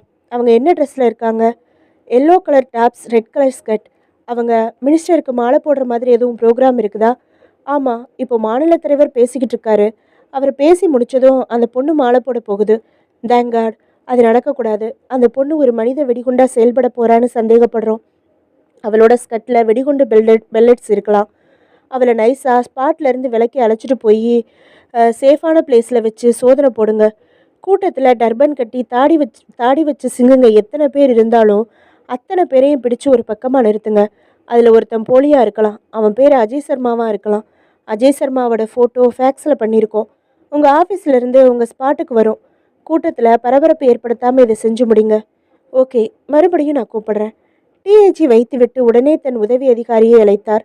ஒரு இன்ஸ்பெக்டர் மேடையில் ஒரு நாற்காலியில் பவ்யமாக அமர்ந்திருந்த சிந்துஜாவிடம் வந்து பவ்யமாக குனிந்து, மேடம், உங்களுக்கு அர்ஜென்ட்டாக ஒரு ஃபோன் கால் வந்திருக்கு, வாங்க என்றார். குழப்பத்துடன் அவள் எழுந்து சென்றாள். ஒரு வேனுக்குள் அழைத்துச் செல்லப்பட்டதும் பெண் போலீசார் அவள் உடையை கலட்டினார்கள். ஏன் சிந்துஜாவை ஒரு இன்ஸ்பெக்டர் கூட்டிட்டு போறாரு என்று அஜய் சர்மாவுக்கு புரியவில்லை. ஆனால் ஏதோ ஒரு டேஞ்சர் என்பதை உணர்ந்தான். சட்டென்று எழுந்தான். எழுந்தவன் கையை ஒரு முரட்டு போலீஸ் கரம் பற்றியது. மற்றொரு கரம் அவன் தாடியை பீத்தெடுத்தது. தலைவர் உரை முடிந்ததும் வேறு ஒரு நபர் மினிஸ்டருக்கு மாலை அணிவித்தார். பிறகு மற்றொரு பேச்சாளர் பேச துவங்க கொஞ்ச நேரம் ரோஜா இதழ்களை கிள்ளிக் கொண்டிருந்த மிஸ்ரா அசௌகரியமாக உணர்ந்தார். இயல்பாக நாற்காலியை பின்தள்ளி எழுந்து மேடையின் பின்புற படிகளை நோக்கி நடந்தார். 4 கமோண்டாக்கள் அவரை தொடர்ந்தார்கள். மேடைக்கு பின்புறம் படிகள் இறங்கி வேனுக்கு வந்தார்.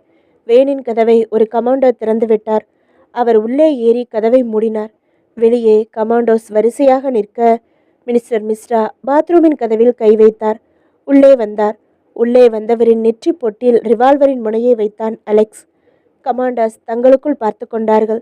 மினிஸ்டர் வேனுக்குள்ளே போய் 10 நிமிஷத்துக்கு மேலாச்சே. உள்ளே ஏதாச்சும் மயக்கம் போட்டு விழுந்து கிடக்க போறாரு. கதவை தள்ளி உள்ளே வந்து பார்த்து அதிர்ந்தார்கள். தரையில் சதுர ஓட்டை. மினிஸ்டரை காணோம். சொல்லப்பட்ட இடத்தில் வேனோடு நின்றார் ராசையா.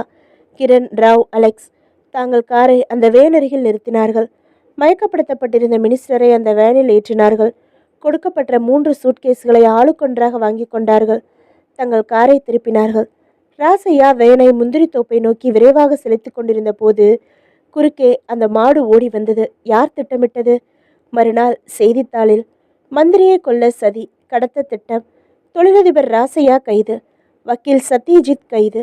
விசாகப்பட்டினத்தில் நேற்று நடந்த பொதுக்கூட்டத்தில் அமைச்சரை கொல்ல திட்டமிட்ட அஜய் சர்மா, சிந்துஜா இவர்களுக்கு தூண்டுகோலாக இருந்த வக்கீல் சத்யஜித் ஆகியோர் கைது செய்யப்பட்டு தீவிரமாக விசாரிக்கப்பட்டு வருகிறார். மேடைக்கு பின்புறம் தன் வேனில் உள்ள கழுப்பறைக்கு வந்த அமைச்சரை சாமர்த்தியமாக கடத்தி சென்ற ராசையா என்கிற தொழிலதிபர் ஒரு விபத்தில் சிக்கியதால் மயக்க நிலையில் இருந்த அமைச்சர் மீட்கப்பட்டார். ராசையாவின் உயிர் கவலைக்கிடமாக உள்ளது. ராசையாவுக்கு துணையாக இருந்த சதியில் ஈடுபட்ட நபர்களை போலீஸ் தேடி வருகிறது. ஆஸ்பத்திரியில் சிகிச்சை பெற்ற பிறகு நலமாக டெல்லிக்கு திரும்பினார் அமைச்சர். கடத்தல் மற்றும் கொலை முயற்சியின் பின்னணியில் உள்ள சக்திகளை ஆராயும் பொறுப்பை சிபிஐ ஏற்றுக்கொண்டது. முட்டாள், அந்த ராசையா இப்படி ஆக்சிடென்ட் பண்ணி மாட்டிக்கிட்டானே என்றான் கிரண். பம்பாயில் செய்தித்தாளை மடக்கி போட்டு விடு, நாம தப்புச்சாச்சு. அவனுக்கு உணர்வு வந்து சொன்னா போலீஸ் நம்மளை தேடும். போலீஸ் நம்மளை தேடுறது என்ன புதுசா? தேடட்டும், நாம வேற அடையாளங்களுக்கு மாறி வேற ப்ராஜெக்டில் இறங்கலாம் என்றான் Alex. That is the criminal spirit என்றான் ராவ். முற்றும். இதோட இந்த நாவல் முடியுது. அடுத்து ஒரு வீடியோவில் இன்னொரு புது நாவல் பார்க்கலாம். பாய்.